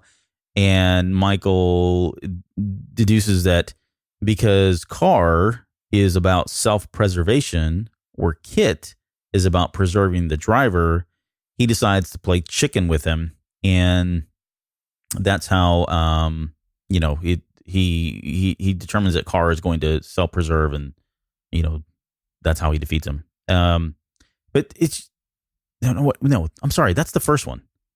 This one is the one where they have the head-on collision in midair. Am I right? Yeah, I think. Yeah, that's right. Yeah, sorry about that. Yeah, so that's how KARR goes off the road in the first episode. They have this game of chicken, and again, KARR decides that, I need to self-preserve me, so he doesn't hit KITT head-on. Decides to go over the cliff, and that's when he blows up into a million pieces. In this one, in KITT versus KARR, they do this turbo boost at the same time and in midair, and I guess they both collide, but Michael survives, KITT survives, and KARR once again is in a million pieces at the very end. Although we do get, if you watch the very end, you get to see his little circuit board light up. Yeah. And I don't recall them ever coming back. Like, they kind of leave that out there, just kind of hanging, thinking, make you think, we're going to see another return of KARR. And maybe he is. I could be wrong, but because there are a lot of episodes, but I don't ever recall him coming back into the series, unless you've got something else. No, I don't recall him coming back doing anything either. Yeah. But overall, you enjoyed this one? This episode? I did, yeah. I thought this was a really good episode. It begged the question while I watched this episode, why did so many city public works departments put ramps in the road? Because I felt like every time we see KITT driving down or Michael and KITT going down the standard city street, all of a sudden they can ramp. Hey, maybe that's just KITT though. Yeah. Maybe that's KITT. I think that's, in the world they live in, there is a city ramp at every corner, because there's a lot of that happening in this particular show. And then the last episode that we're going to touch on, and this can be kind of brief, because it was really as cool as Goliath is. It was always just a throwaway episode for me. Even as a kid, I thought the semi truck was cool, and I thought the fact that I always laughed. Again, even as a kid, I laughed at Garth Knight, who was basically, again, Michael Knight with a silly mustache, and he was supposed to be like the son Wilton Knight. So this was his son, and this is the inspiration. So when he got his face reconstructed, Michael Long, when his face was reconstructed, this is the image that they use, and that's why they kind of explain this. Well, it's probably retcon, but at the very beginning in the pilot episode, after he gets all the bandages off and he looks in the mirror, and they make mention that Mr. Knight had kind of remodeled his face after a younger version of him, but come to find out it's actually modeled after his son, who looks a lot like David Hasselhoff as well. So thoughts on this particular episode? And we can get into the specifics, I guess, about Goliath, but what'd you think? I did not catch the Goliath episode, but so you'll have to summarize that one for me. But if it follows along the same path as the other 3 or 4 episodes that I watched, I think my takeaways are still, the theme of the show: Michael Knight, one man can make a difference. That was the it holds they true. Kind of do mention, that was that what you said too was how the pilot episode ended. Yeah, he kind of makes that That's cheesy right. comment after they're celebrating, drinking some sherry or whatever they're drinking. So this episode really is about, they find out that he had a son named Garth Knight, and who was a criminal. He has a semi truck called Goliath, and Goliath doesn't really have anything going for it other than it's super powerful. It's got like this diamond grill or something on the front, so it's able to smash a lot of things, which is really the biggest appeal as a kid. The fact that this thing just went around smashing other vehicles and buildings and anything else that got in its way. That was kind of the cool aspect of it. The one drawback to Goliath was it didn't have the same armor plating or the chemical plating that KITT had. And so part of this 2 episode premiere of season 3, I think, or season 4, was that it was trying to, he was trying to get that plating down. And so eventually he gets his hands on it, coats Goliath with this thing on there, but he forgets to coat a particular bolt. And the bolt is what connects the semi truck to the trailer. Somehow I'm really boiling this down, but they find out, they exploit that. I forget who builds, I think it's April. This is season 2. So April builds a laser and puts that on a laser beam, puts it on KITT, and then they end up using that. He finds that weakness in the bolt, the connecting bolt between the trailer and the semi. They fire it at that, and that's kind of the end of it. And he comes back later. Comes back later in this particular season again. But this was the 1 and 2 parter. So again, it really wasn't it's not the best episode. It's just that truck is really cool because it's all blacked out, and it kind of looks like it looks like the dark version of Optimus Prime's truck. If you're a Transformers fan and you know what I'm talking about there. So that's kind of I guess Goliath really. It's Michael Knight doing a really terrible bad guy as well, or I should say David Hasselhoff doing a real terrible bad guy throughout of it. But it's fun. It's definitely a fun little episode to watch if you get a chance to, and you want to see more of it. Does he actually play the bad guy? You say he's with a mustache. Oh, yeah. So he nice, very nice. Yeah, it's pretty bad. So that's kind of the episodes, and we don't have time to get into all the sequels. I mean, there was a Knight Rider, there was a Team Knight Rider version that came out in '97. It was 1 season, didn't last very long. More recently, there was a Knight Rider 2008, I think, that came out. Yeah, I don't. They did a reboot. They just rebooted this thing not that long ago, and I didn't watch it.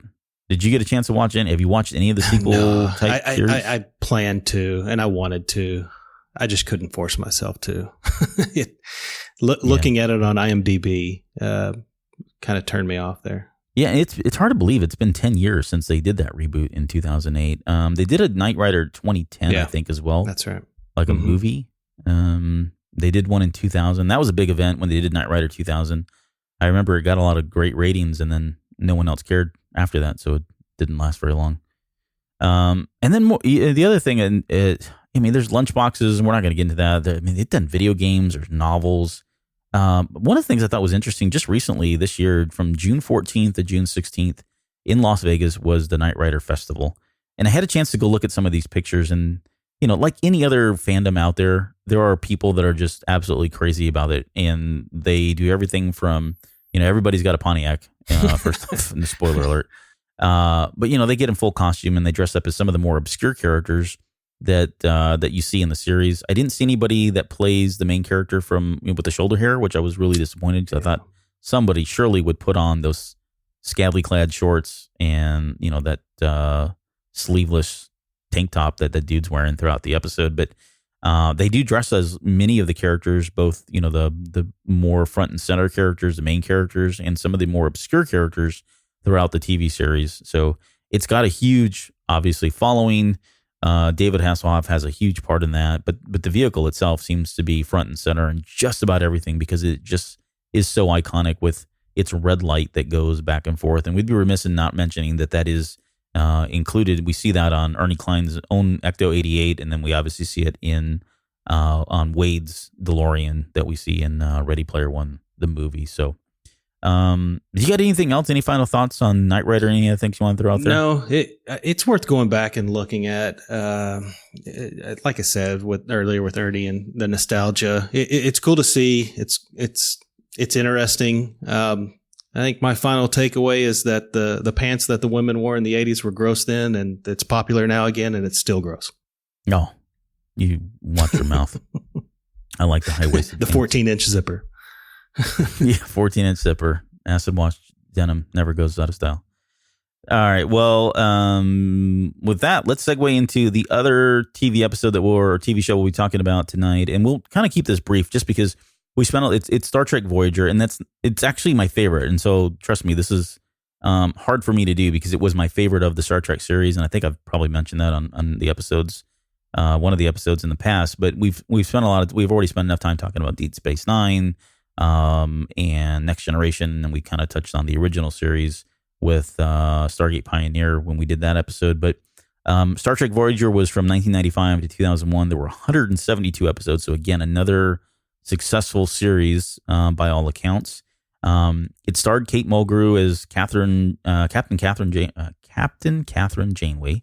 It had Robert Belton as Choktoy. He was kind of a Native American guy. Tim Russ as Tuvok, who was the Vulcan. Robert Duncan Neal as Tom Paris. We had Roxanne Dawson as B'Elanna Torres. Garrett Wang as Harry Kim. Robert Picardo as the Doctor, which is really cool. I think he was one of my favorite characters in the series. Ethan Phillips as Neelix, who was gross and disgusting to look at. Jennifer Lien as Kess, and then Jerry Ryan, 7 of 9. So. And really, just to kind of give a quick synopsis on what the series was about. Basically, Starship Voyager was traveling through the Badlands. It gets caught up in this kind of like energy wave that basically sends the entire ship like 70,000 light years away from Earth into the Delta Quadrant, which is completely unmapped, uncharted territory, at least this time in Starfleet or in that timeline or whatever. And the whole premise of the show is basically they're on a estimated 75-year journey trying to get back home. And along the way, they're running into a whole brand new set of aliens and creatures. And then we get the return of Q and some of the other characters that we'd seen in previous Star Trek episodes. So, I guess the one thing that I really liked about it was just the fact that it was new. They were always traveling, and they were always coming across things that we hadn't seen before. I think I threw this question out there maybe it was with Crowley when we were talking about Next Generation, but I really want to see where in this universe, where it's going to go next. I'd like to see the next Star Trek episode or Star Trek series kind of pick up where this left off, given the relations with, the Borg and Romulans and all the other characters and species that they introduced in the previous Star Trek series that came out in both in the 80s and the 90s. But so let me pause right here and just kind of ask, Star Trek Voyager, first off, what's your fandom level with Star Trek, and particularly with Star Trek Voyager? So Star Trek is, for me, the Next Generation. I'm familiar with Deep Space Nine, and I'm less familiar with Voyager. It falls in this area where kind of this blackout area where I didn't get into too much of shows like this in my life before I revisited it. but no, I'm more of a Next Generation guy.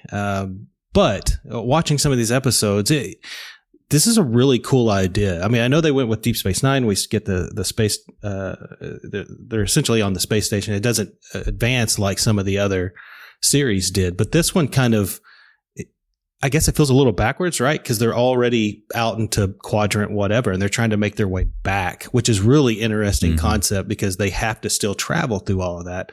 So once I started picking up on it, it actually was a really cool concept. But so to answer the question, no, Voyager was not. I would watch it. I would continue to watch it if it was on, but I'm probably not going to go out and seek it, which I hate to say because I know it's your favorite. But oh no, it's all right. How much of that is 7 of 9, though? Come on, be honest with us. It's really only like 95%. It's only 7 of 9%. Yeah, 7 to 9%.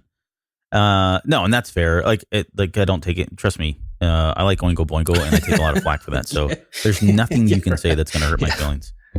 But yeah, and really, I don't know what it was. I think it's because, if I could, and this may sound cheesy, like the original Star Trek, the original series was not mine. That was my mom and dad's, or probably my dad's, right? The Star Trek, the Next Generation, I watched, but my family was more, again, mom and dad were more into that. And so that didn't really feel like mine. I missed Deep Space Nine, and I regret it because after Joe made me watch some of those episodes, I really enjoyed that. And I really wish I could spend more time going back and revisiting those shows. But Voyager, just because it was 1995, I'd already moved out. It was, kind of living on my own. And it was the first Star Trek series that I decided to watch because I wanted to watch it. And I watched it with no one else but myself. And I would sit there and, I used to have just catalogs of tapes from all the episodes that I would record. So it was just, I'm not going to argue that this was a better series in any way, but it just, at a personal level, this was just something that I kind of owned and was really got into it because this was my series. These were my characters. This was my captain, so to speak, right? But yeah, that's kind of really it. And I threw 3 episodes, well, maybe 4, I think. I threw Timeless out there, Bride of Chaotica, which was one of my favorites because it's just a fun episode. Living Witness, and then Year of Hell parts 1 and 2. But I guess between all of those episodes, which one did you get a chance to watch all of them? And if so, which one did you enjoy the most of those? So I ran out of time before Year of Hell part 1 and 2, but I did watch Timeless. Well, that's the best one. So let's just move on from here. But Bride of Chaotica was cool. Timeless was neat, right? We got Geordie LaForge come back as a captain with a quick cameo. So that was pretty cool. I think they even mentioned Cochrane, like a Cochrane Medal of Honor. So Timeless had some cool callbacks to some Star Trek that I'm familiar with. And I got all the way through Living Witness, but yeah, I missed those last ones. But if you say they're worth it, I'll definitely go back and check those out. If you had to pick one as your favorite? Okay. Bride of Chaotica was not my favorite. I enjoyed it. But it was not my favorite. Living Witness was really interesting. I liked seeing the crew, especially Janeway, kind of in that role where they look like villains. That was a really neat idea for an episode. So I get maybe Living Witness. Let's see, Timeless. Yeah. Timeless was where they remind me what was Timeless's synopsis. It had to do with the temporal paradox or something like that, wasn't it? Yeah, that's pretty much every episode. Traveling time where they did. Yeah, that's the one where like Chakotay or whatever and Kim, they get frozen in that ice world. And then that's where they kind of recover the body of 7 and 9. But it's I would say for me, I like what you said about Living Witness because it was jarring to see Janeway because they don't really set it up. They kind of do after like the first 15, 20 minutes into the episode. But at first you're like, what in the world is going on? Because she's a complete jerk. Everybody's a complete jerk. It's a different side of Kate Mulgrew and certainly Catherine Janeway. And then we get the flash forward where they're kind of in this like historic museum, right? And they're kind of retelling what had happened and, as a result of what they did. But and there are a lot of other episodes in here, honestly, that are really good throughout the series. I just kind of picked some of my favorites because of one, we couldn't dive into every single one of them. But do you have a favorite character from any of this? I was going to ask you about Doc. What was the kind of the reception of Doc when that character came out, because me seeing him after a few episodes, he was okay. I mean, he kind of stood out because it was a real unique type of character. But I was curious on kind of what's the perception. Is he kind of fans don't like him, or what was it? I don't know. Because I can't say that I've got my pulse on the Star Trek, fandom or the universe. I can tell you that he was popular enough that they threw him in Star Trek First Contact. And I remember seeing that movie at the movies when it came out. So this had to have been, I'm going to guess probably around 95, 96, somewhere around there. But when First Contact came out, which is a great movie, I think it's one of the better, it's probably the best one in my opinion of the Jean-Luc Picard movie run. But yeah, there's a scene in there where he's in there as a cameo.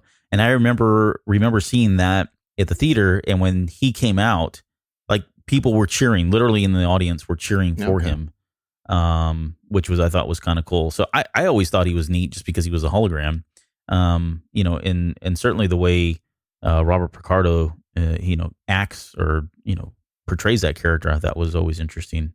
But it was definitely a different take because he is a hologram and, he's not physically there. And so he's able to kind of transcend a lot of different, it's a new dimension to the character because he's not real. He's just, he can kind of come and go as he pleases, wherever he pleases, because he's just, bits and bytes. So let's see what from Star Trek. I guess any other final thoughts before we move on? Again, I don't want to spend too much time on Star Trek Voyager just because we do have a couple other things to get to. But any other final thoughts on the show? No overall final thoughts. I kept thinking when I was watching it that no matter how modern they make those Enterprise models, I still like the Next Generation version the best. Yeah, it's hard to top. You're probably not alone. You're right there with Crowley. So sorry for you. All right. So David, let's talk about the directors. We've got two directors and we kind of keep this short, but, David Fincher, Kevin Smith, and really just threw out there, hey, tell me what your favorite movie is that they've done as far as directing goes. And we'll start with David Fincher because he's got a lot of them for me. He's one of my favorites, right behind, Spielberg and, Lucas in terms of directors. Well, he's maybe third or fourth, but anyways, David Fincher, do you got a favorite movie that he's directed? Yeah. I mean, the guy's got a phenomenal catalog. You could just go on and on with some of these. He hit a real streak there for a while when he was going like Curious Case of Benjamin Button and Social Network, getting a lot of critical accolades. But for me, there's one David Fincher, and it's Fight Club. That's it. Mm-hmm. It's hard to top how hip that movie is. You've got Pitt. I don't know if you say at his best, but it's close. You got Norton at his best. You got Helena Bonham Carter at her best. Man, it's just cerebral. It's got twists. It's just a cool movie. Yep. And I would have to agree that Fight Club is my favorite one from David Fincher. But yeah, you're right. I mean, like The Social Network is amazing. Benjamin Button's cool. Panic Room. I like Panic Room. I thought that was great too. The way his directing is, and you see bits and pieces of it, I think, in Alien 3, which is a horrible movie, which we're not going to get into. But from a director perspective, you get to see some of the things that he was trying to do that you would later see in like Fight Club and Panic Room, and even in Zodiac a little bit later. And The Game. And The Game too. Yeah, The Game's great. And I was going to say, The Game is a sleeper hit for me. It's a really good show. Really good show. I don't know. I won't speak to, its success or popularity, but I can tell you it wasn't a movie that was on my radar, and I didn't see it until, several years later on DVD or whatever it was that I picked it up on. And it just was surprising how good it was, and how just shocking it was. Sean Penn is really great in that movie, as is Michael Douglas. But yeah, so yeah, I would have to go with Fight Club too. And for all the same reasons you said. I mean, the book itself is awesome, which is, a book based, it's called Fight Club by, I'm going to screw his last name up, but Chuck Palahniuk, something like that. Have you read the book? Yeah. Have you read the book version? I've read the book, yeah. So there's two camps, right? There's Fight Club novel and there's Fight Club movie. Or do you fall in a certain camp, or you like both of them? I'd have to, as much as I enjoyed the book, I think the movie is better. I only say that because kind of what you said, like the fact that Fincher was behind it, You've got Brad Pitt, who I would argue that this is his best movie in terms of acting. I think it's Edward Norton's best piece.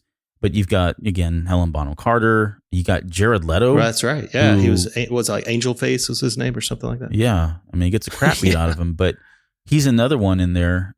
His name is Robert Paulson. Right. I mean, there's just so much. There's so many. The other thing about it too is this is a time when I was really big into the Dust Brothers, who did that soundtrack is amazing for this film. Yeah, so it just had a lot of good things going for it. All at the end of the day. So I would have to say that I did enjoy the movie more than the book, and especially had not read the book prior to the movie. So when the ending happens, it's just like, whoa, like, blows your mind almost to the same level as Seven, with how it ends. So, but yeah, great stuff there. And I should note, David Fincher was an assistant cameraman on Return of the Jedi. Oh, there you go. Nice. Yeah. So we always find a way to bring it back. So it's his fault. No, I'm just kidding. I'm not ruffling any feathers. Don't kill me on Discord. Man. It's good. It's good. Yeah. Well, we'll talk about that later. I'm reporting you to Mike. Right. All right. Kevin Smith. Favorite movie? Okay. So Kevin Smith. I mean, he's got some real stinkers, man. Like Jersey Girl, Cop Out. You can argue Jay and Silent Bob Strike Back, but for me, when I look at Kevin Smith, I'm looking at Clerks, I'm looking at Mallrats, I'm looking at Dogma. I have to go with, if I'm going to narrow it down, I'm going with Mallrats and Clerks, and I've just got to go with Clerks. I mean, I have to. It's hard not, and I laugh because I'm thinking of so many lines and probably a lot of things we can't say on this podcast. Nope. But it holds up for an indie film. It's not. The acting is atrocious, but they're young. They're his buddies, so you got to look past that. But yeah, I'm going to go with Clerks. Yeah, I got to go with Clerks. Yeah. Yeah. And I'm going with Clerks as well. And I was kind of struggling too, because Mallrats is a great movie. Chasing Amy, I thought was great too. Clerks 2 was great.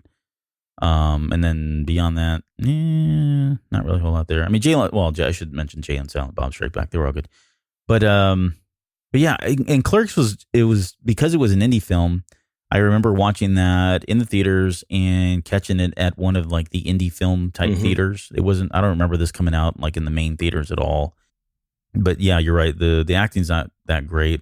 I remember when this came out too, there was a lot of controversy around, its rating. I think it went through a number of revisions before they finally got it off an NC-17 rating to get it to an R rating.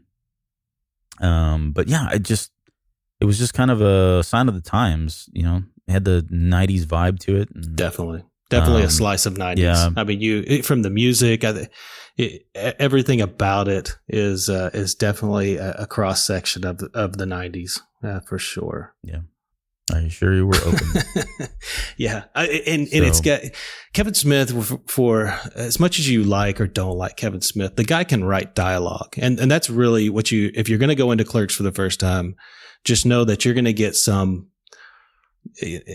like Quentin Tarantino type dialogue. Not that great. I mean, that's like the pinnacle of dialogue writing, but he's up there. I mean, he doesn't write the best narratives, but the guy can write dialogue. Yeah. I mean, it sounds natural. It sounds like conversations you would have with other people in most of his movies. It's conversations that you would have exactly on Discord, on this podcast. I mean, you're going to get a Star Wars argument in every single one of them. So, it's just, it's your normal dialogue. Yep. Except for snowballing. And we won't get into that. Okay. And from there, let's move on to, we've only got 3 more things here we cover. We've got, we'll jump right into the music stuff. And we'll end on Godzilla. So next up for the bands, we've got The Clash and Midnight Oil. We'll start with The Clash. The Clash is a band from 1976 and 1988, predominantly known and making their mark with pop punk music. And originally they were called the Strummers. They had a period when they went through their name being the Weak Heart Drops.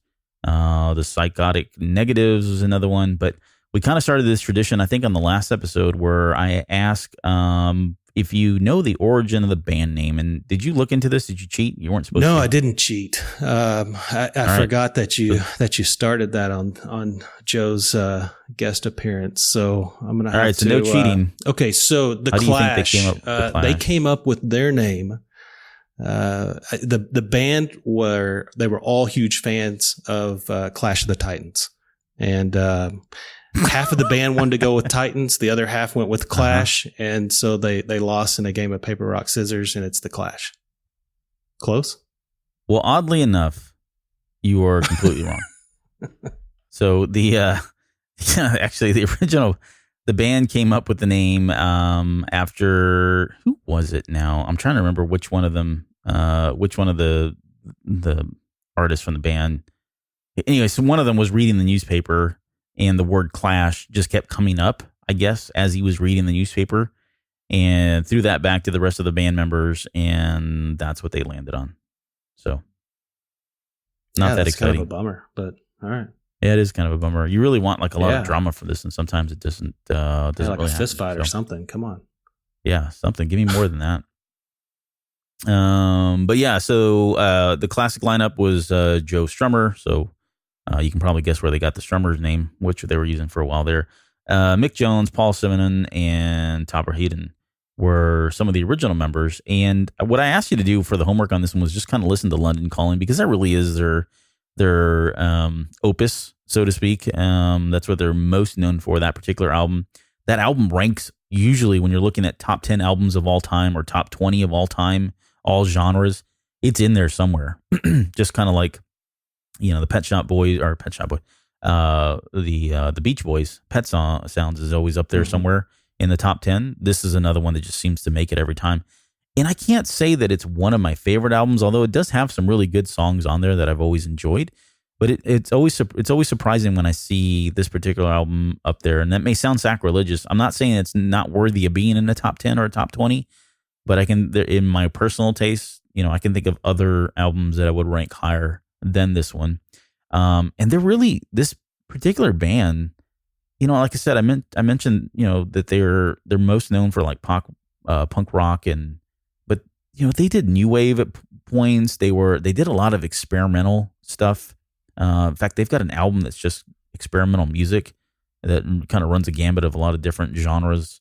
But before we get into the favorite songs from them, for you, what's your exposure with the Clash? I mean, is this somebody that you listen to regularly growing up, or not at all? Yeah, with the Clash, it's London Calling. You're right. That's the go-to album. That's the one they're most familiar with, and it doesn't surprise me that those hit on a lot of lists, because if you listen to the album itself, it's got a little of everything. I mean, it's got rock and roll, it's got rhythm, and it's got a lot of blues, in it. But there's some reggae in there. It's just got this fusion of so many different sounds.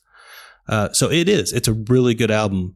But for me, the Clash is Hang 'Em High. I mean, that's the one that I listen to. I've even got that on vinyl still, and so that's the one. That's kind of my go-to. But I wouldn't say that they're like you. They're not up there at the top. I'm not going to pick them out to listen to. But if they're on, they're kind of like house music. You can put them on, like if you're cleaning or if you're doing something around the house, and you could just listen to all of them. It's okay. But yeah, I'm the same way. I'm not going to go seek them out, but I can listen to them. I do like them. Yeah, I definitely, like I said, I don't mind them at all, really. But so I guess give me your top 3 songs from the Clash, if you had to pick 3. Well, I'll stick with London Calling for the album. If we pick off that one, it's hard to go wrong with London Calling, right? The signature song. I like Hateful. I like Rudy Can't Fail. Those are all good. Clamp Down to me really competes for one of the best songs on the album. And I mean, despite what you think about it and the sound and where the Clash was, Train in Vain is good. It's a good song. Those are pretty good. I don't think I have any of those on my list. So the first one I've got is Ivan Meets G.I. Joe. I can't imagine why. This song, yeah. Well, and this song is, again, it's one of those, like, if you get a chance, go listen to it, because it doesn't really sound like the Clash, and I don't know what the Clash sounds like, because they have, after you listen to their experimental album, there's just you're like, wow, they really were trying a lot of everything. But I remember this song only because it has arcade sounds in the background throughout the entire song. And most notably, it's got Space Invaders. You can throughout all of it, it sounds like they're playing in an arcade, and you can hear the Space Invaders sounds from the arcade game just running throughout the entire album from beginning to end. And there are other arcade games that are going on in the background.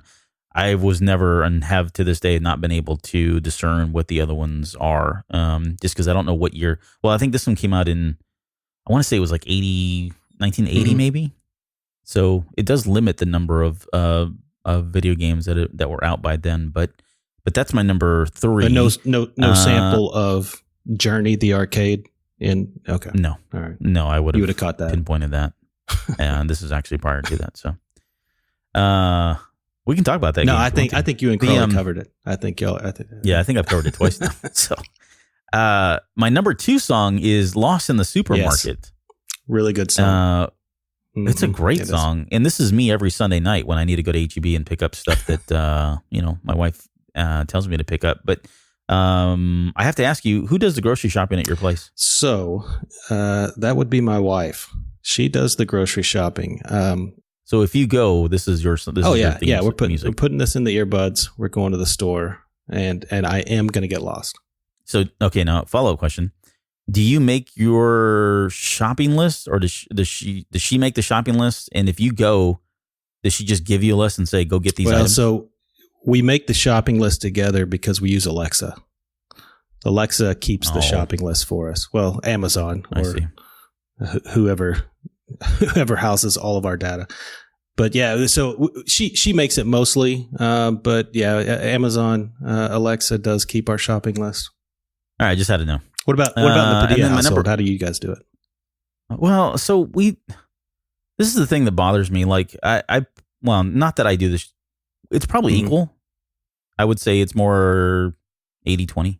But and an 80 in my favor. I'm usually the one that gets suckered into going out to do the shopping for the groceries. But the problem I have is when we make our lists, I tell myself every single time that I'm going to organize this list in the order in which I'm going to route in the store, and I never do it. And so what ends up being a simple task of going to the store for maybe tops 15 minutes and getting 10 items turns into like this 2-hour long epic, we're closing in 10 minutes. Please bring all your final selections to the front cash. I always hear that. So it's just like I always get stuck running around, and I should just do better planning, which I don't do. So we use Wunderlist. So they're not a sponsor. We don't have any sponsors, but if you ever need a shopping list app, that one's kind of cool. We use that one quite a bit for groceries. So if you do the HEB, for all you people not in Texas, HEB is a very popular supermarket. But hey, if you use HEB, they've now got the app where you can scan it as you pick up the item, and just scan your phone and walk out. Oh, what did I think of next? All right. The other, getting back to the Clash. Sorry. Yeah, it's my fault. The getting back to the Clash, my number 1 song for them is Rock the Casbah. Yeah, that one's hard for me. It's good. I like it a lot. But there's a lot of people who are just diehard Clash fans that's like blasphemy to say that. Yeah. I don't know why that is. Maybe it's just hardcore Clash fans. I don't know. Well, 'cause they're toying. They're like right in the fence of like disco music for them almost, right? The way, given its sound, and really this song, it's got 3 things going for it. Or really, I guess maybe 2 notable things. It's got horrible diction. You don't know what the heck the guy is saying the entire time. And then it's got the use of laser beams, which I thought was awesome. And that kind of elevates it for me above all of the Clash songs. But and there's some, this song, if you look at the history of it and what they were doing, it was written around the time, I think, and I forget which Middle Eastern country had kind of outlawed rock music, but it was kind of like this, fight the power song. written at the time for what was going on there. But I did want to get into laser beams just for a second, because if you had to pick another favorite song, can you name other songs that had laser beams in them? Oh gosh. Here's a hint. I've been playing this song all day in Discord called Banana Split by Leo, Lio. She's I think she's either French or Portuguese. I think is she really? So. I was way off. I think she's got a mixture of a few countries I'm not going to visit now. All right. Well, if you get a chance, go YouTube Le Banana Split by Lio. It's from 1979. It is a very catchy tune. And I've said this word twice, and this is now be the third time I've said it. It actually is a double entendre for something inappropriate, and we'll just leave it at that. But that song has laser beams in it, which it's kind of towards the very end. But then my number one laser beam song is a song by Debbie Deb, which came out in 1984 called Lookout Weekend. And I'm sure that's a standard hit in your household. Oh, yeah. Am I right? Yeah, every weekend. When we make our shopping list, Debbie Deb. Or Banana Split Lookout Weekend comes on. And I got to admit, the reason that I did not put together the laser beams and Banana Split is because, honestly, I didn't make it to the end of Banana Split. Oh, see, you rightfully didn't listen so. I could not make it to the end. And I'm into music videos, but like he said, if you're going to watch that, make sure if you're going to watch it at work, make sure your phone is not pointed towards your door, because your boss is not going to be happy. Yeah, I will. I'll link the Banana Split song in the show notes for anyone that's interested. So, all right. Well, enough of that. Let's move on to Midnight Oil, and this may be a quick conversation because I understand you're not the biggest fan of them, but Midnight Oil is a band. 1972. They were as the Farm back then, but from 1972 to 2002, been around forever. Most recently in 2016, they got together, did a tour. They may have even put an album out. Not that close to them. But these guys are from Australia, and I'm going to throw the question out there. Where do you think they got the name Midnight Oil? Okay, so Midnight Oil, right? That means working late. So most bands play their gigs at night. These are late night guys. Yep. Really? Did I get it? No. No, not at all. They're not even close. I was just agreeing with you. It's not that cool. Everything you said was true. No, it was actually pulled from 1967's Burning the Midnight Lamp, a song by the Jimi Hendrix Experience. Well, close. Yeah. Close enough. But they were originally called The Farm. And I'll kind of talk about just quickly they've had, like most bands, they have members that kind of come and go, but Peter Garrett, Peter Gifford, Robert Hurst, Jim Mogini, I believe that's how you say it, and Martin Rotze were all of the people that were a part of that band. And that's really, I focused on those guys because they were around when Diesel and Dust came out, which was 1987. And Diesel and Dust got arguably their most notable and famous song, Beds Are Burning. I did, as far as the homework, I asked you to listen to Essential Oils, which I thought was a clever title. Essential Oils is kind of their greatest hits, but were you able to kind of pull together 3 songs you thought were good, or at least stood out above the other 80 that are on that particular album? No, I didn't. All right, well, let's move on to Godzilla from here. Actually, when you put that in the homework assignment, I don't know why, but the first thing I thought of was Cult of Personality by Living Colour, and I thought, oh, okay, we can do this. Maybe we'll talk about maybe we'll talk about Guitar Hero and things like that. And I thought, oh wait, this is the Beds Are Burning guys. Never mind. But they're not a horrible band. They're just they're not for me. I can listen to them, but I'm not gonna listen to them. Well, and the bald dude throws everybody off too. So, but Beds Are Burning was huge. I mean, that was a huge hit for him. Oh yeah, no, it was. I don't remember where it got up to, but it was big time. And the video itself was pretty big too. I mean, it's probably my favorite song from them. I have others, but it's probably my favorite song from them. And you got it. There's almost kind of like a Oingo Boingo is kind of like the gateway drug into liking Midnight Oil. So if you're not there, then it's hard to get to, I think, this particular group. But Beds Are Burning in 1987, which was a really cool song because it was really it was a kind of a political song. Right. where they were, trying to advocate to give back a lot of the Australian lands that they'd taken from the indigenous people at that time. And this was happening in the 50s and 60s, much like our own history here in the U.S. They kind of ran out a lot of the natives and sent them away from their desert lands. And then I guess in good news, recently, in recent years, I should say, a lot of those folks have gone back. The government stepped in and really tried to give them back some of that territory. So it's, been now, almost 30 years since that occurred.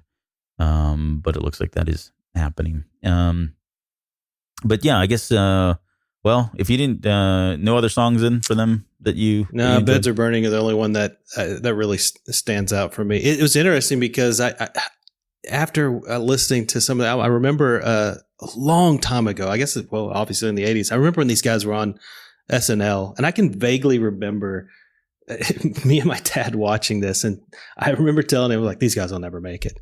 But they clearly did. They were all right. Yeah, they're all right. They've got some pretty good stuff out there. I think their older stuff is better than obviously the more recent stuff.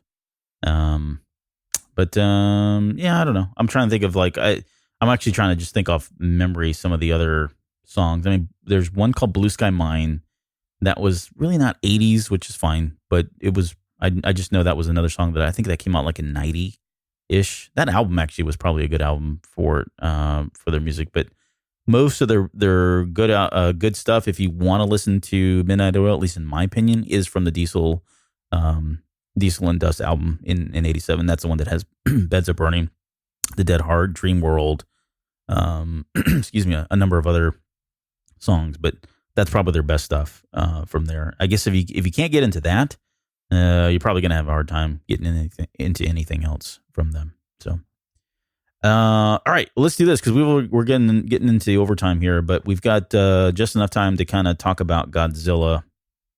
And so we'll probably we'll hit the high level marks, I think, with Godzilla, the high level talking points, but we're not going to probably get into the weeds as much as we want to. My guess is that we'll get into more of this later down the road with the novel as it comes up just kind of naturally in the future chapters. But and so you may hear some of this repeated when we get to there as well. But so for those of you who don't know, and hopefully there's no one listening to this show that doesn't know this, but Godzilla was otherwise known as Gojira, as he's known in Japan, is the king of the monsters. Appeared in 1954. He was the brainchild of Ishiro Honda. He's got a total of 31 films that they've done all in over the course of whatever 1954 to 2018 is. Was that 60, 70 years almost? Tons of video games, novels, comic books.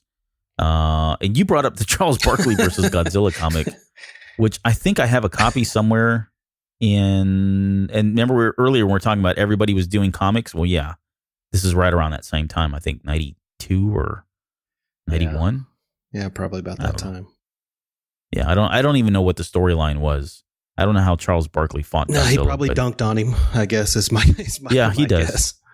Guess. There was a television series at one point. And really, he was conceived, the character of Godzilla, the monster, the kaiju, which, excuse me, we've talked about kaiju on this show before, but he was conceived in 1954 kind of as a metaphor for, weapons or nuclear weapons specifically, and really a lot of what Japan had gone through where, hey, look, this is another result of, nuclear weapons and doing the wrong things with technology, right? He was a byproduct of all of that. That it started, I guess, more of a global threat. He was more of a kind of a global threat of menace. And then later on, as the movies progressed in the different eras, he becomes kind of this anti-hero. He's more of a good guy. And at least for me as a kid growing up, I was rooting for Godzilla anytime he was on screen, even though that wasn't really his original kind of intent and purpose. It wasn't until the 60s and 70s and that things got a little bit more lighthearted and not so dark and serious or brooding as he was when he first came out. So I guess I'll pause here and kind of throw that same question out there for you. Is Godzilla something that was pretty big for you growing up as a kid in your pop culture circles? Yeah, he was in the menu for renting movies you go to the video store, you've got the wall of movies and you've seen everything here. You go to the Godzilla, the ton and ton of Godzilla movies. You could always go to them. You know what you're getting. I don't know if you remember, but you always got those little cartoons before the Godzilla movies, like Godzilla versus the Smurfs or Godzilla versus Bambi. I don't know if you remember that, but Bambi. It was something that we did watch, and no, they're good. They're good shows. Yeah, and I agree. Like this is, man, this was hard to really kind of boil this down, and so that's why I really want to spend a lot of time over a number of episodes, because there's a lot here for me personally. Because this, I think back about childhood heroes. They were, Evel Knievel. They were Luke Skywalker, and then, throw Godzilla and Kiss in there. And I was pretty much set as a kid in the late 70s, mid to late 70s. But he's just iconic. And we'll get into maybe a little bit the sequels that have come out recently here. He was a part of one of the coolest crossover events I think I remember growing up watching as well, where we had a movie that was King Kong versus Godzilla. So we had King Kong as our, our U.S. equivalent kaiju kind of character, which, by the way, contrary to a long time, I want to make sure I'm very clear, because this is something that I find myself in arguments with people about. There are not two endings to the film Godzilla versus King Kong, and that there was a long time rumor that people, and you'll run into folks that say, no, I've seen it. I've seen the alternate ending, because the rumor is that when you watch it, if you watch the U.S. release of King Kong versus Godzilla, King Kong wins, and if you watch the Japanese version of that movie, Godzilla wins. And neither one of those is true. There are some minor differences between the endings that were released here and in Japan, but both end with King Kong walking away, but never once do they say Godzilla was defeated. He just disappears. So now that I got that off my chest. Going back to Godzilla's roar is another thing that was so super iconic. I always loved it. Like, it's just, and it really hasn't changed a whole lot over the years. I mean, more recently in the legendary films, that have come out here in the last 5-6 years, that does sound a little bit different. All they've done is really just made it longer. Even like in the '98 release, it was very similar. But by and large, that particular roar of Godzilla has just stayed the same, which I've always really loved. I think they got it right the first time. Did you look into how they made that noise? No, but it's iconic. You hear it in all the movies, and when you hear it not watching the movie, you know exactly what that sound is. And it was actually so they took a double bass, used a leather glove, they coated it with some pine tar resin, and then they created this friction. So they'd rub the strings against a double bass. And that's what kind of gave that sound, which I thought was ingenious. I don't know how they even got there or how long it took them to get there, but I always thought it was kind of cool. His choice of weapon, Godzilla's choice weapon, was the atomic breath. That in itself has its own iconic sound as well whenever he fired that. And there's different variations. There was like a blue breath weapon. I think at one point it may have been red, if I remember correctly, in one of the movies. And we'll talk about the cartoon later, because he's just breathing fire like a dragon in that cartoon. But that's a whole nother tragedy. And laser eyes. Yeah, and laser eyes. No, whatever. And then the other, I guess, we're kind of just running through some characteristics really quickly here. His size was always interesting too, because when he came out in 1954, he was supposed to be 164 feet tall, so about 50 meters. Then later on, in the Toho Millennium series, so this is so I'm going to back up. So he was about 50 meters all the way from like 1954 to about 1975, and that ends what they call the Toho Showa era. So and after that, he goes on hiatus, doesn't really kind of come back until like 1999. When we get into the Millennium series. Well, I think I skipped over one. But anyway, we'll come back to that. He gets a little bit bigger there. He's about 60 meters, so about 196 feet in the good old US of A. We get to 1998 when we get the Sony Zilla, which is how he's referred to. And he was about 70 meters there, so about 230 feet. Then we get into the Hanna-Barbera cartoon, which was from 1978 to 1981. And I think in that era, he was sitting at just around like 90 meters. So that put him at 300 feet. From 1984 to 1985 is the era that I skipped over. That was the Heisei era. And so at that point, he was at 100 meters. So he was 328 feet. And then finally, not finally, Legendary. So this is the series that just recently came out. He's now tipped in at over 100 feet. I think he's at about 106 feet officially. I'm sorry, 106 meters officially. So that puts him at 350 feet. And then if that wasn't enough, they had the old Marvel Godzilla comics that ran from 1977 to 1979, where they had him at a just ridiculous 180 meters or nearly 600 feet tall. So all that to say, we don't know what the heck size he is. He just keeps changing depending on whoever's got the license or the IP to do something with him. So before we move on to the homework there, I guess how much of the Godzilla that I kind of rattled off there? I mean, we've got the original ones from 54 to 75. We've got the 84 to 95 era. He took a break, came back in 99. We skipped over the Sony Godzilla in 98. The Hanna-Barbera one, the Marvel Comics. How many of these did you follow, or was it just one particular one for you? Yeah. So I'm actually a little surprised at how much depth into the Godzilla universe we have there.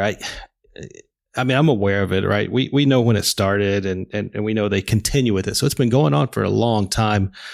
But the Godzilla that I really get into, the ones that I really like, are probably starting back in like the 60s, going into the 80s. The really cheesy versions of Godzilla. Yeah. That's what I really enjoy. The rubber costumes and that would put you in the Showa era from 54 to 75. That's the one that I like. That's the one that I remember the most. And if I go back to it and I revisit it, that's the one I'm probably going to go to. Yeah, so, and I would agree, like, that was the fun time.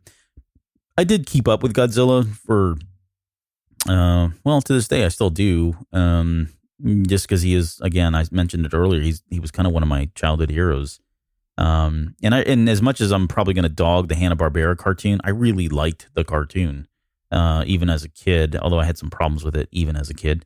But, I would say that was probably the sweet spot, although I will say that a lot of the stuff that came out from, like, I was pretty impressed with the Toho stuff, the Millennium series. So like from 99 to 2004, just because it was finally we were finally getting some really good special effects.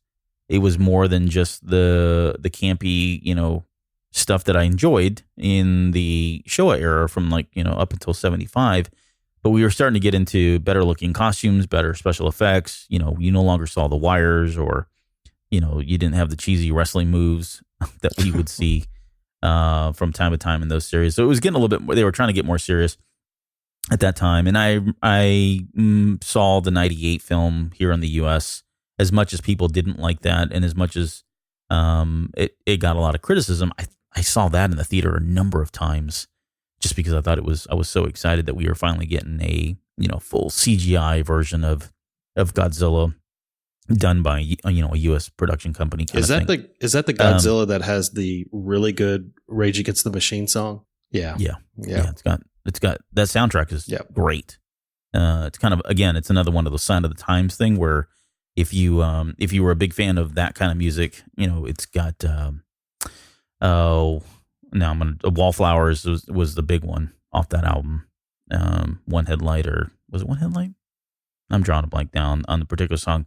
But they had a particular song on there that was a big deal. But all of the stuff that we got even after that, between, like I said, 99, 2004 was great.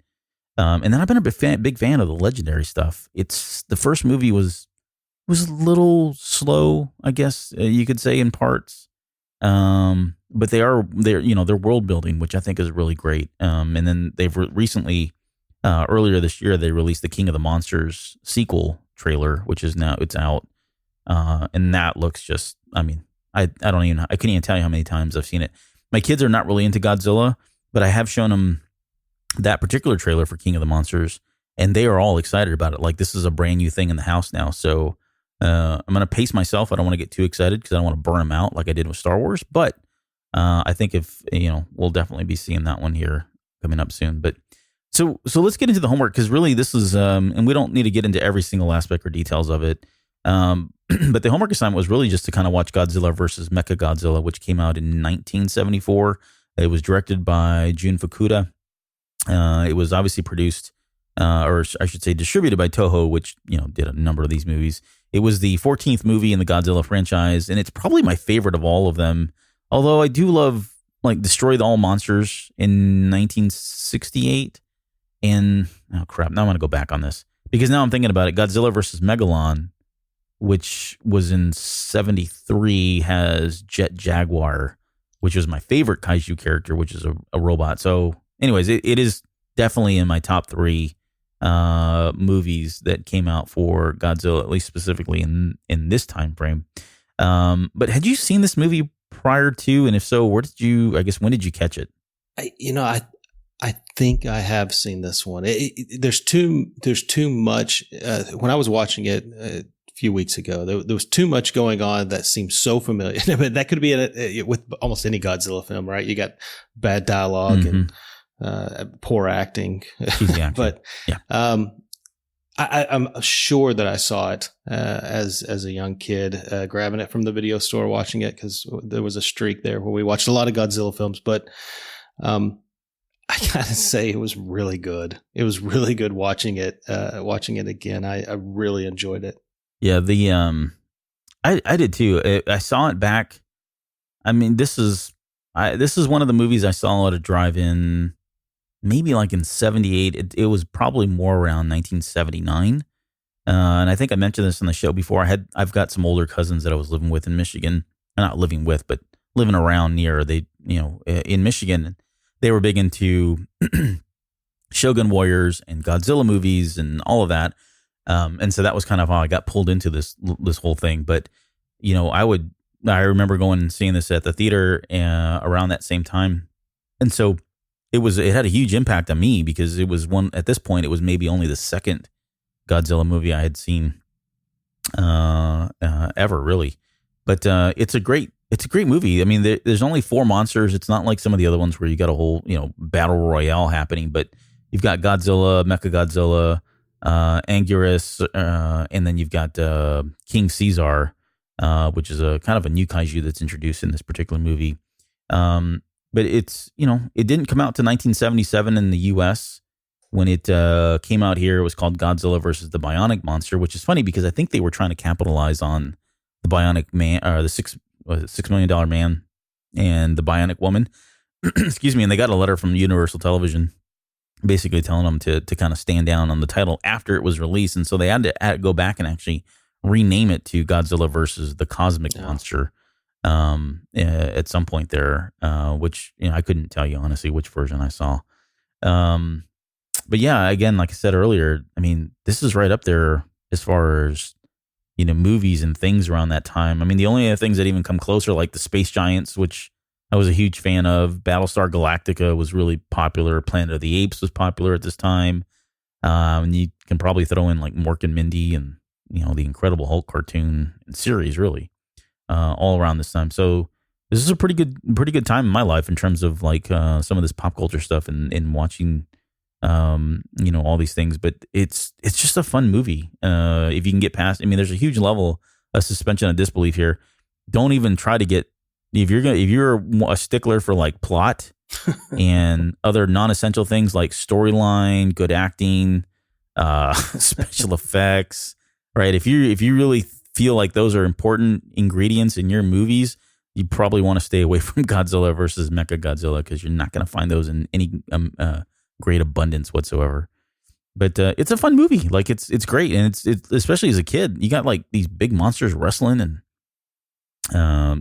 throwing down at the very end with all kinds of special effects, and then we can, we're not going to talk about the plot, because there's really not really one there. You watch these movies just to see these monsters fight. But I got to say, the way Godzilla takes out Mechagodzilla, that's something else, huh? It's pretty impressive, right? What does he come? He does like a magnetic field or something like that. It's clever. It's good move, Godzilla. Yeah, and then he rips his head off. That's right. Then he rips his head off. Yeah, that's the part I was talking where he just takes his head and like brutally twists it, just rips it off, and that's kind of how he ends his life. Although he comes back, there's a sequel that came out like a year later. But overall, it's definitely one of the better Godzilla movies, I would say. And you made a good point that there was actually some really good art direction here, or I guess cinematography. Or which one was it? Which one were you giving props to? The director of photography okay, let's exclude the fight scenes. I think that may have been the understudy, but there were times where the establishing shots and things that they did in this film were actually shot really well. I mean, I don't want to get beat up on our Discord or anything. I'm not calling this guy. He kind of spilled me out naturally. I say that. I'm a target now. This guy's no Spielberg, but he did use the same types of things that you see Spielberg do, where he establishes a shot and he comes in. He'll maybe pan across a scene and things will come in the foreground and the background to establish the scene. He did a really good job. And the guy actually was a director of photography for arguably one of the greatest directors of all time with Kurosawa. He later did some work with him, but you do have to exclude the fight scenes. Those don't really count as far as art. Well, it depends on how you look at it, I guess. Yeah, it depends on how you look at it. You don't like the fact that when they're fighting and there's suddenly an explosion, you can see the monster's shadows against the clouds in the sky in the background? Yeah.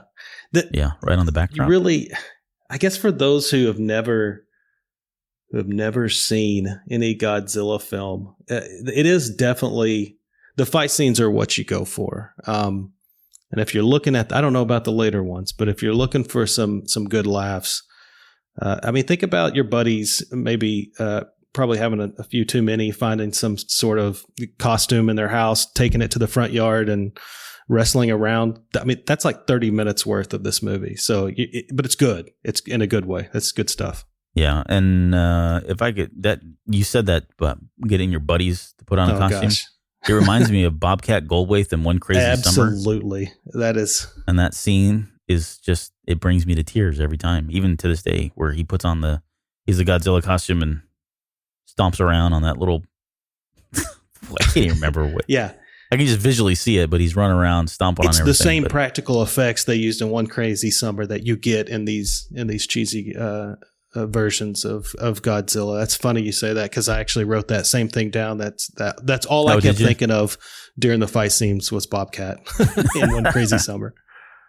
Yeah, go just YouTube One Crazy Summer Godzilla, and you'll see what we're talking about. So yeah, and then obviously we should mention that Mechagodzilla is the character. Both it comes up later in the book, in the Ready Player One novel, and then later in the movie, I should say. Sorrento is that's his kaiju vehicle, whatever they uses to fight.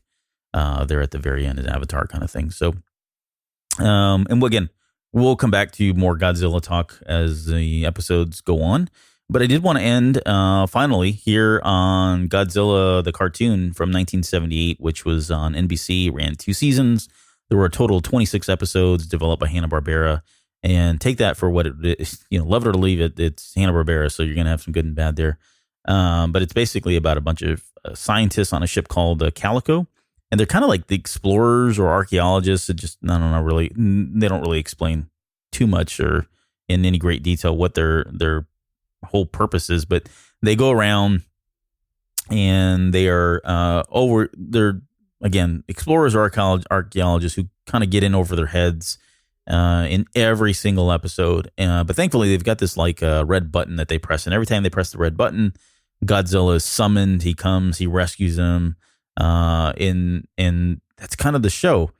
The intro I always thought was awesome because it starts off with these pounding drums. There's like this marching kind of song, and Godzilla, and then out of nowhere, like at the 13-second mark, it all falls apart. Like the wheels completely come off this bus because they get into this thing where they introduce Godzooky or however you want to say it, who is just,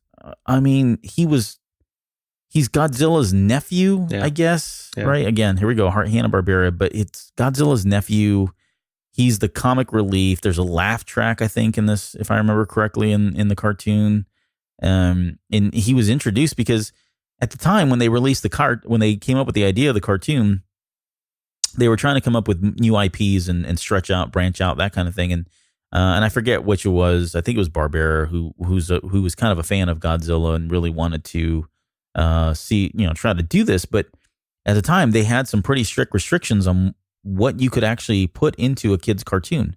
So they couldn't have him like kill other monsters. That was out. He couldn't step on buildings or break or throw vehicles or any of that stuff. That was in the rules. So they threw that out there. He couldn't really fight or kill anyone. So that was gone. And so after you diluted all of that out, you didn't really have much of a premise outside of the fact that you've got an IP and a name called Godzilla. And so they had to find a way to kind of make this attractive, I guess, or appealing to kids. And so they came up with the concept of Godzooky, which is like this, bumbling idiot of a tiny little dragon baby, nephew of Godzilla that is the comic relief of the cartoon. So all that said, I really enjoyed this cartoon as a kid.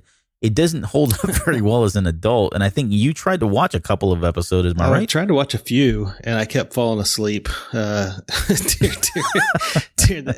Godzooky's bad. I mean, and I get what they're trying to do. Exactly. They have to put a little bit of Jar Jar. Yeah, exactly. Right. So, but no, we had to get a little bit of that softer side of the softer side of Godzilla for the kids. But it is even I was hoping you might even sing us a bar of the actual intro, but only the good part, right? The only part that's worth it. Yeah, the first 13 seconds. At the 13 second mark, the last 5 seconds. But you're right. It was a good, when I first started watching it, it is a good intro to a cartoon. I was getting really excited.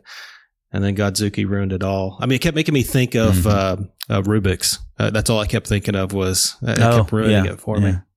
Yeah, that's pretty much on the same level of just ruin and damnation. So I would agree. Excuse me. And Godzooky, I think he was voiced by Don Messick. So you can't give him too much credit because Messick is the voice of Scooby-Doo, Papa Smurf. He did Ratchet from the Transformers and just like on and on and on. I mean, the guy's done just so many voices over the years. I guess he pulled a short straw on this one, but in playing him. And we should mention that the other characters, you had Jeff David playing Captain Carl Majors. Brenda Thompson is Dr. Quinn Darien. Hilly Hicks, which I think the only thing I remember him from is Roots, but he played Brock Borden. We talked about Don Messick, B.J. Ward as Jano the Jungle, Michael Bell, who was Dr. Ben Cooper, and that guy went on to do like Grouchy Smurf, Handy Smurf, Prowl, Scrapper, Swoop from Transformers. He did Duke from G.I. Joe, Blowtorch from G.I. Joe, and just again tons and tons of other characters in the 70s and the 80s. And then finally you had Ted Cassidy, who played the voice of Godzilla, which is primarily known as Lurch from the Addams Family. But he did other voices for like Super Friends, Space Ghost, Incredible Hulk, the cartoon. So there's some really good people that were behind this cartoon. And unfortunately, again, it only ran 2 seasons. I saw this when it came on as I want to say it was called like the Godzilla Power Hour, right around like 1978. And it ran, even though it was only on for 2 seasons, I want to say this cartoon got circulated in syndication for a few years, even after it had kind of gone off the air. Did you watch this at all? Did you ever, or was this just a challenge for you? Well, it's easy. This one's easy to miss. Not because it's forgettable, but it ran 2 seasons, but it was only 22 episodes. So it's not one of their shining moments. I can see them, pulling this off pretty quickly, but it was on and off. It seemed to me really quickly with the few amount of episodes that they actually had. Yep. So, yeah, it was a good cartoon. We'll just leave it at that. And so, and like I say, the final thing with Godzilla is there's tons of comic books and video games. And in fact, I'm looking at one right now. I have Godzilla Monster of Monsters for the NES, still in box and everything. And I was reading as we were going on. I'll get into that another day, but I'm a little pissed off that they called it Monster of Monsters because it's the King of Monsters. Why would they? Don't shortchange Godzilla. Exactly. But I had a lunchbox at one point with Godzilla. I remember having T-shirts growing up as a kid. I mean, he was all over everything in the late 70s here in the good old US of A. And there was a 90s cartoon as well. I didn't mention that. I don't recall really watching much of it. I've seen a couple of episodes, and it was primarily based on the 1988 version, the Sony Godzilla. And I couldn't tell you much about it other than it was weird the way it was animated. It was kind of that 90s style of cartoons, which never appealed to me. And going back to video games, I think there's more recently they've had a video game, I think on the PS4, and it may be on other systems as well. But there's a version that's on the PS4 where I know you basically get to pick a lot of the different kaiju from all of the Godzilla movies, and Jet Jaguar is one of the characters, and that's the only reason I know because I saw all the video of it. But you can pick him or play as him at some point, or you have to fight him at some point. But obviously with updated graphics and everything else. So definitely has made his mark in just about every form of media that you can possibly think of. So, all right, so I'm probably done enough talking there, but any other final thoughts or anything else on Godzilla before we wrap this thing up? No, if you're listening to The Basement, we know what things you like. You're going to like this movie. Give it a chance. It's definitely worth it. You will enjoy it. All right, well, we'll kind of end it there. I guess I should say that we've got a number of ways that you can contact us on social media. Instagram at The Basement RPO, Twitter at The Basement RPO, Facebook / The Basement RPO. We'll put in links in there for Patreon, TeePublic, and all the other usual stuff. Don't forget, we are part of the Earglue Media Network. So that is the podcasting network that we have the Cantina Cast on there. We've got Bad Gamers Anonymous. So Crowley, you've heard him on this show before. Well, I should say Jonesy as well. Sorry, they shouldn't include Jonesy, but Jonesy's out there with, he chimes in on Bad Gamers Anonymous from time to time. And obviously he's a co-host with the Cantina Cast. And we've got a number of other shows still coming. Mike's got a Masters of the Universe podcast that's coming out very soon. So look forward to that. And then I guess before we leave and before I kind of segue into the next episode, I just want to say thanks. Thanks for coming on the show and thanks for being here, Josh. It's been a lot of fun. Hopefully we didn't keep you up too long. No, it's good. Yeah, it took me away from my reptile killing duties. And so, yeah, no, it's good. I appreciate you having me on. It's fun to talk about this stuff. I listen to your show a lot, and it's fun to get to talk about these kinds of things. So, yeah, thank you for having me on. Absolutely. We'll get you back on here sometime in the future. And so with that, I will mention that we've got part 5 in the works, and that will see the return of Miss Morgan Marshall. So she will be back with us on The Basement, and maybe someone else. We'll see. But we're trying to we'll be talking about Stephen King, Simpsons, Gamera, They Might Be Giants, Bill Hicks, Stanley Kubrick. And then of course we are going to have a conversation about He-Man and the Masters of the Universe, which, speaking of double entendres, we'll probably get into some of that as well. So we'll close here and see you guys in just a few weeks for part 5 of episode 6.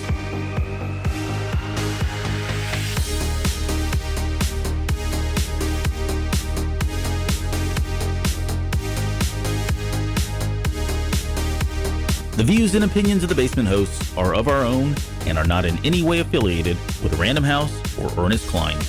All quotes, music, sounds, trademarked, and copyrighted material referenced in the show are owned by the respectful companies and creators and are used by the Basement as fair use for entertainment purposes only.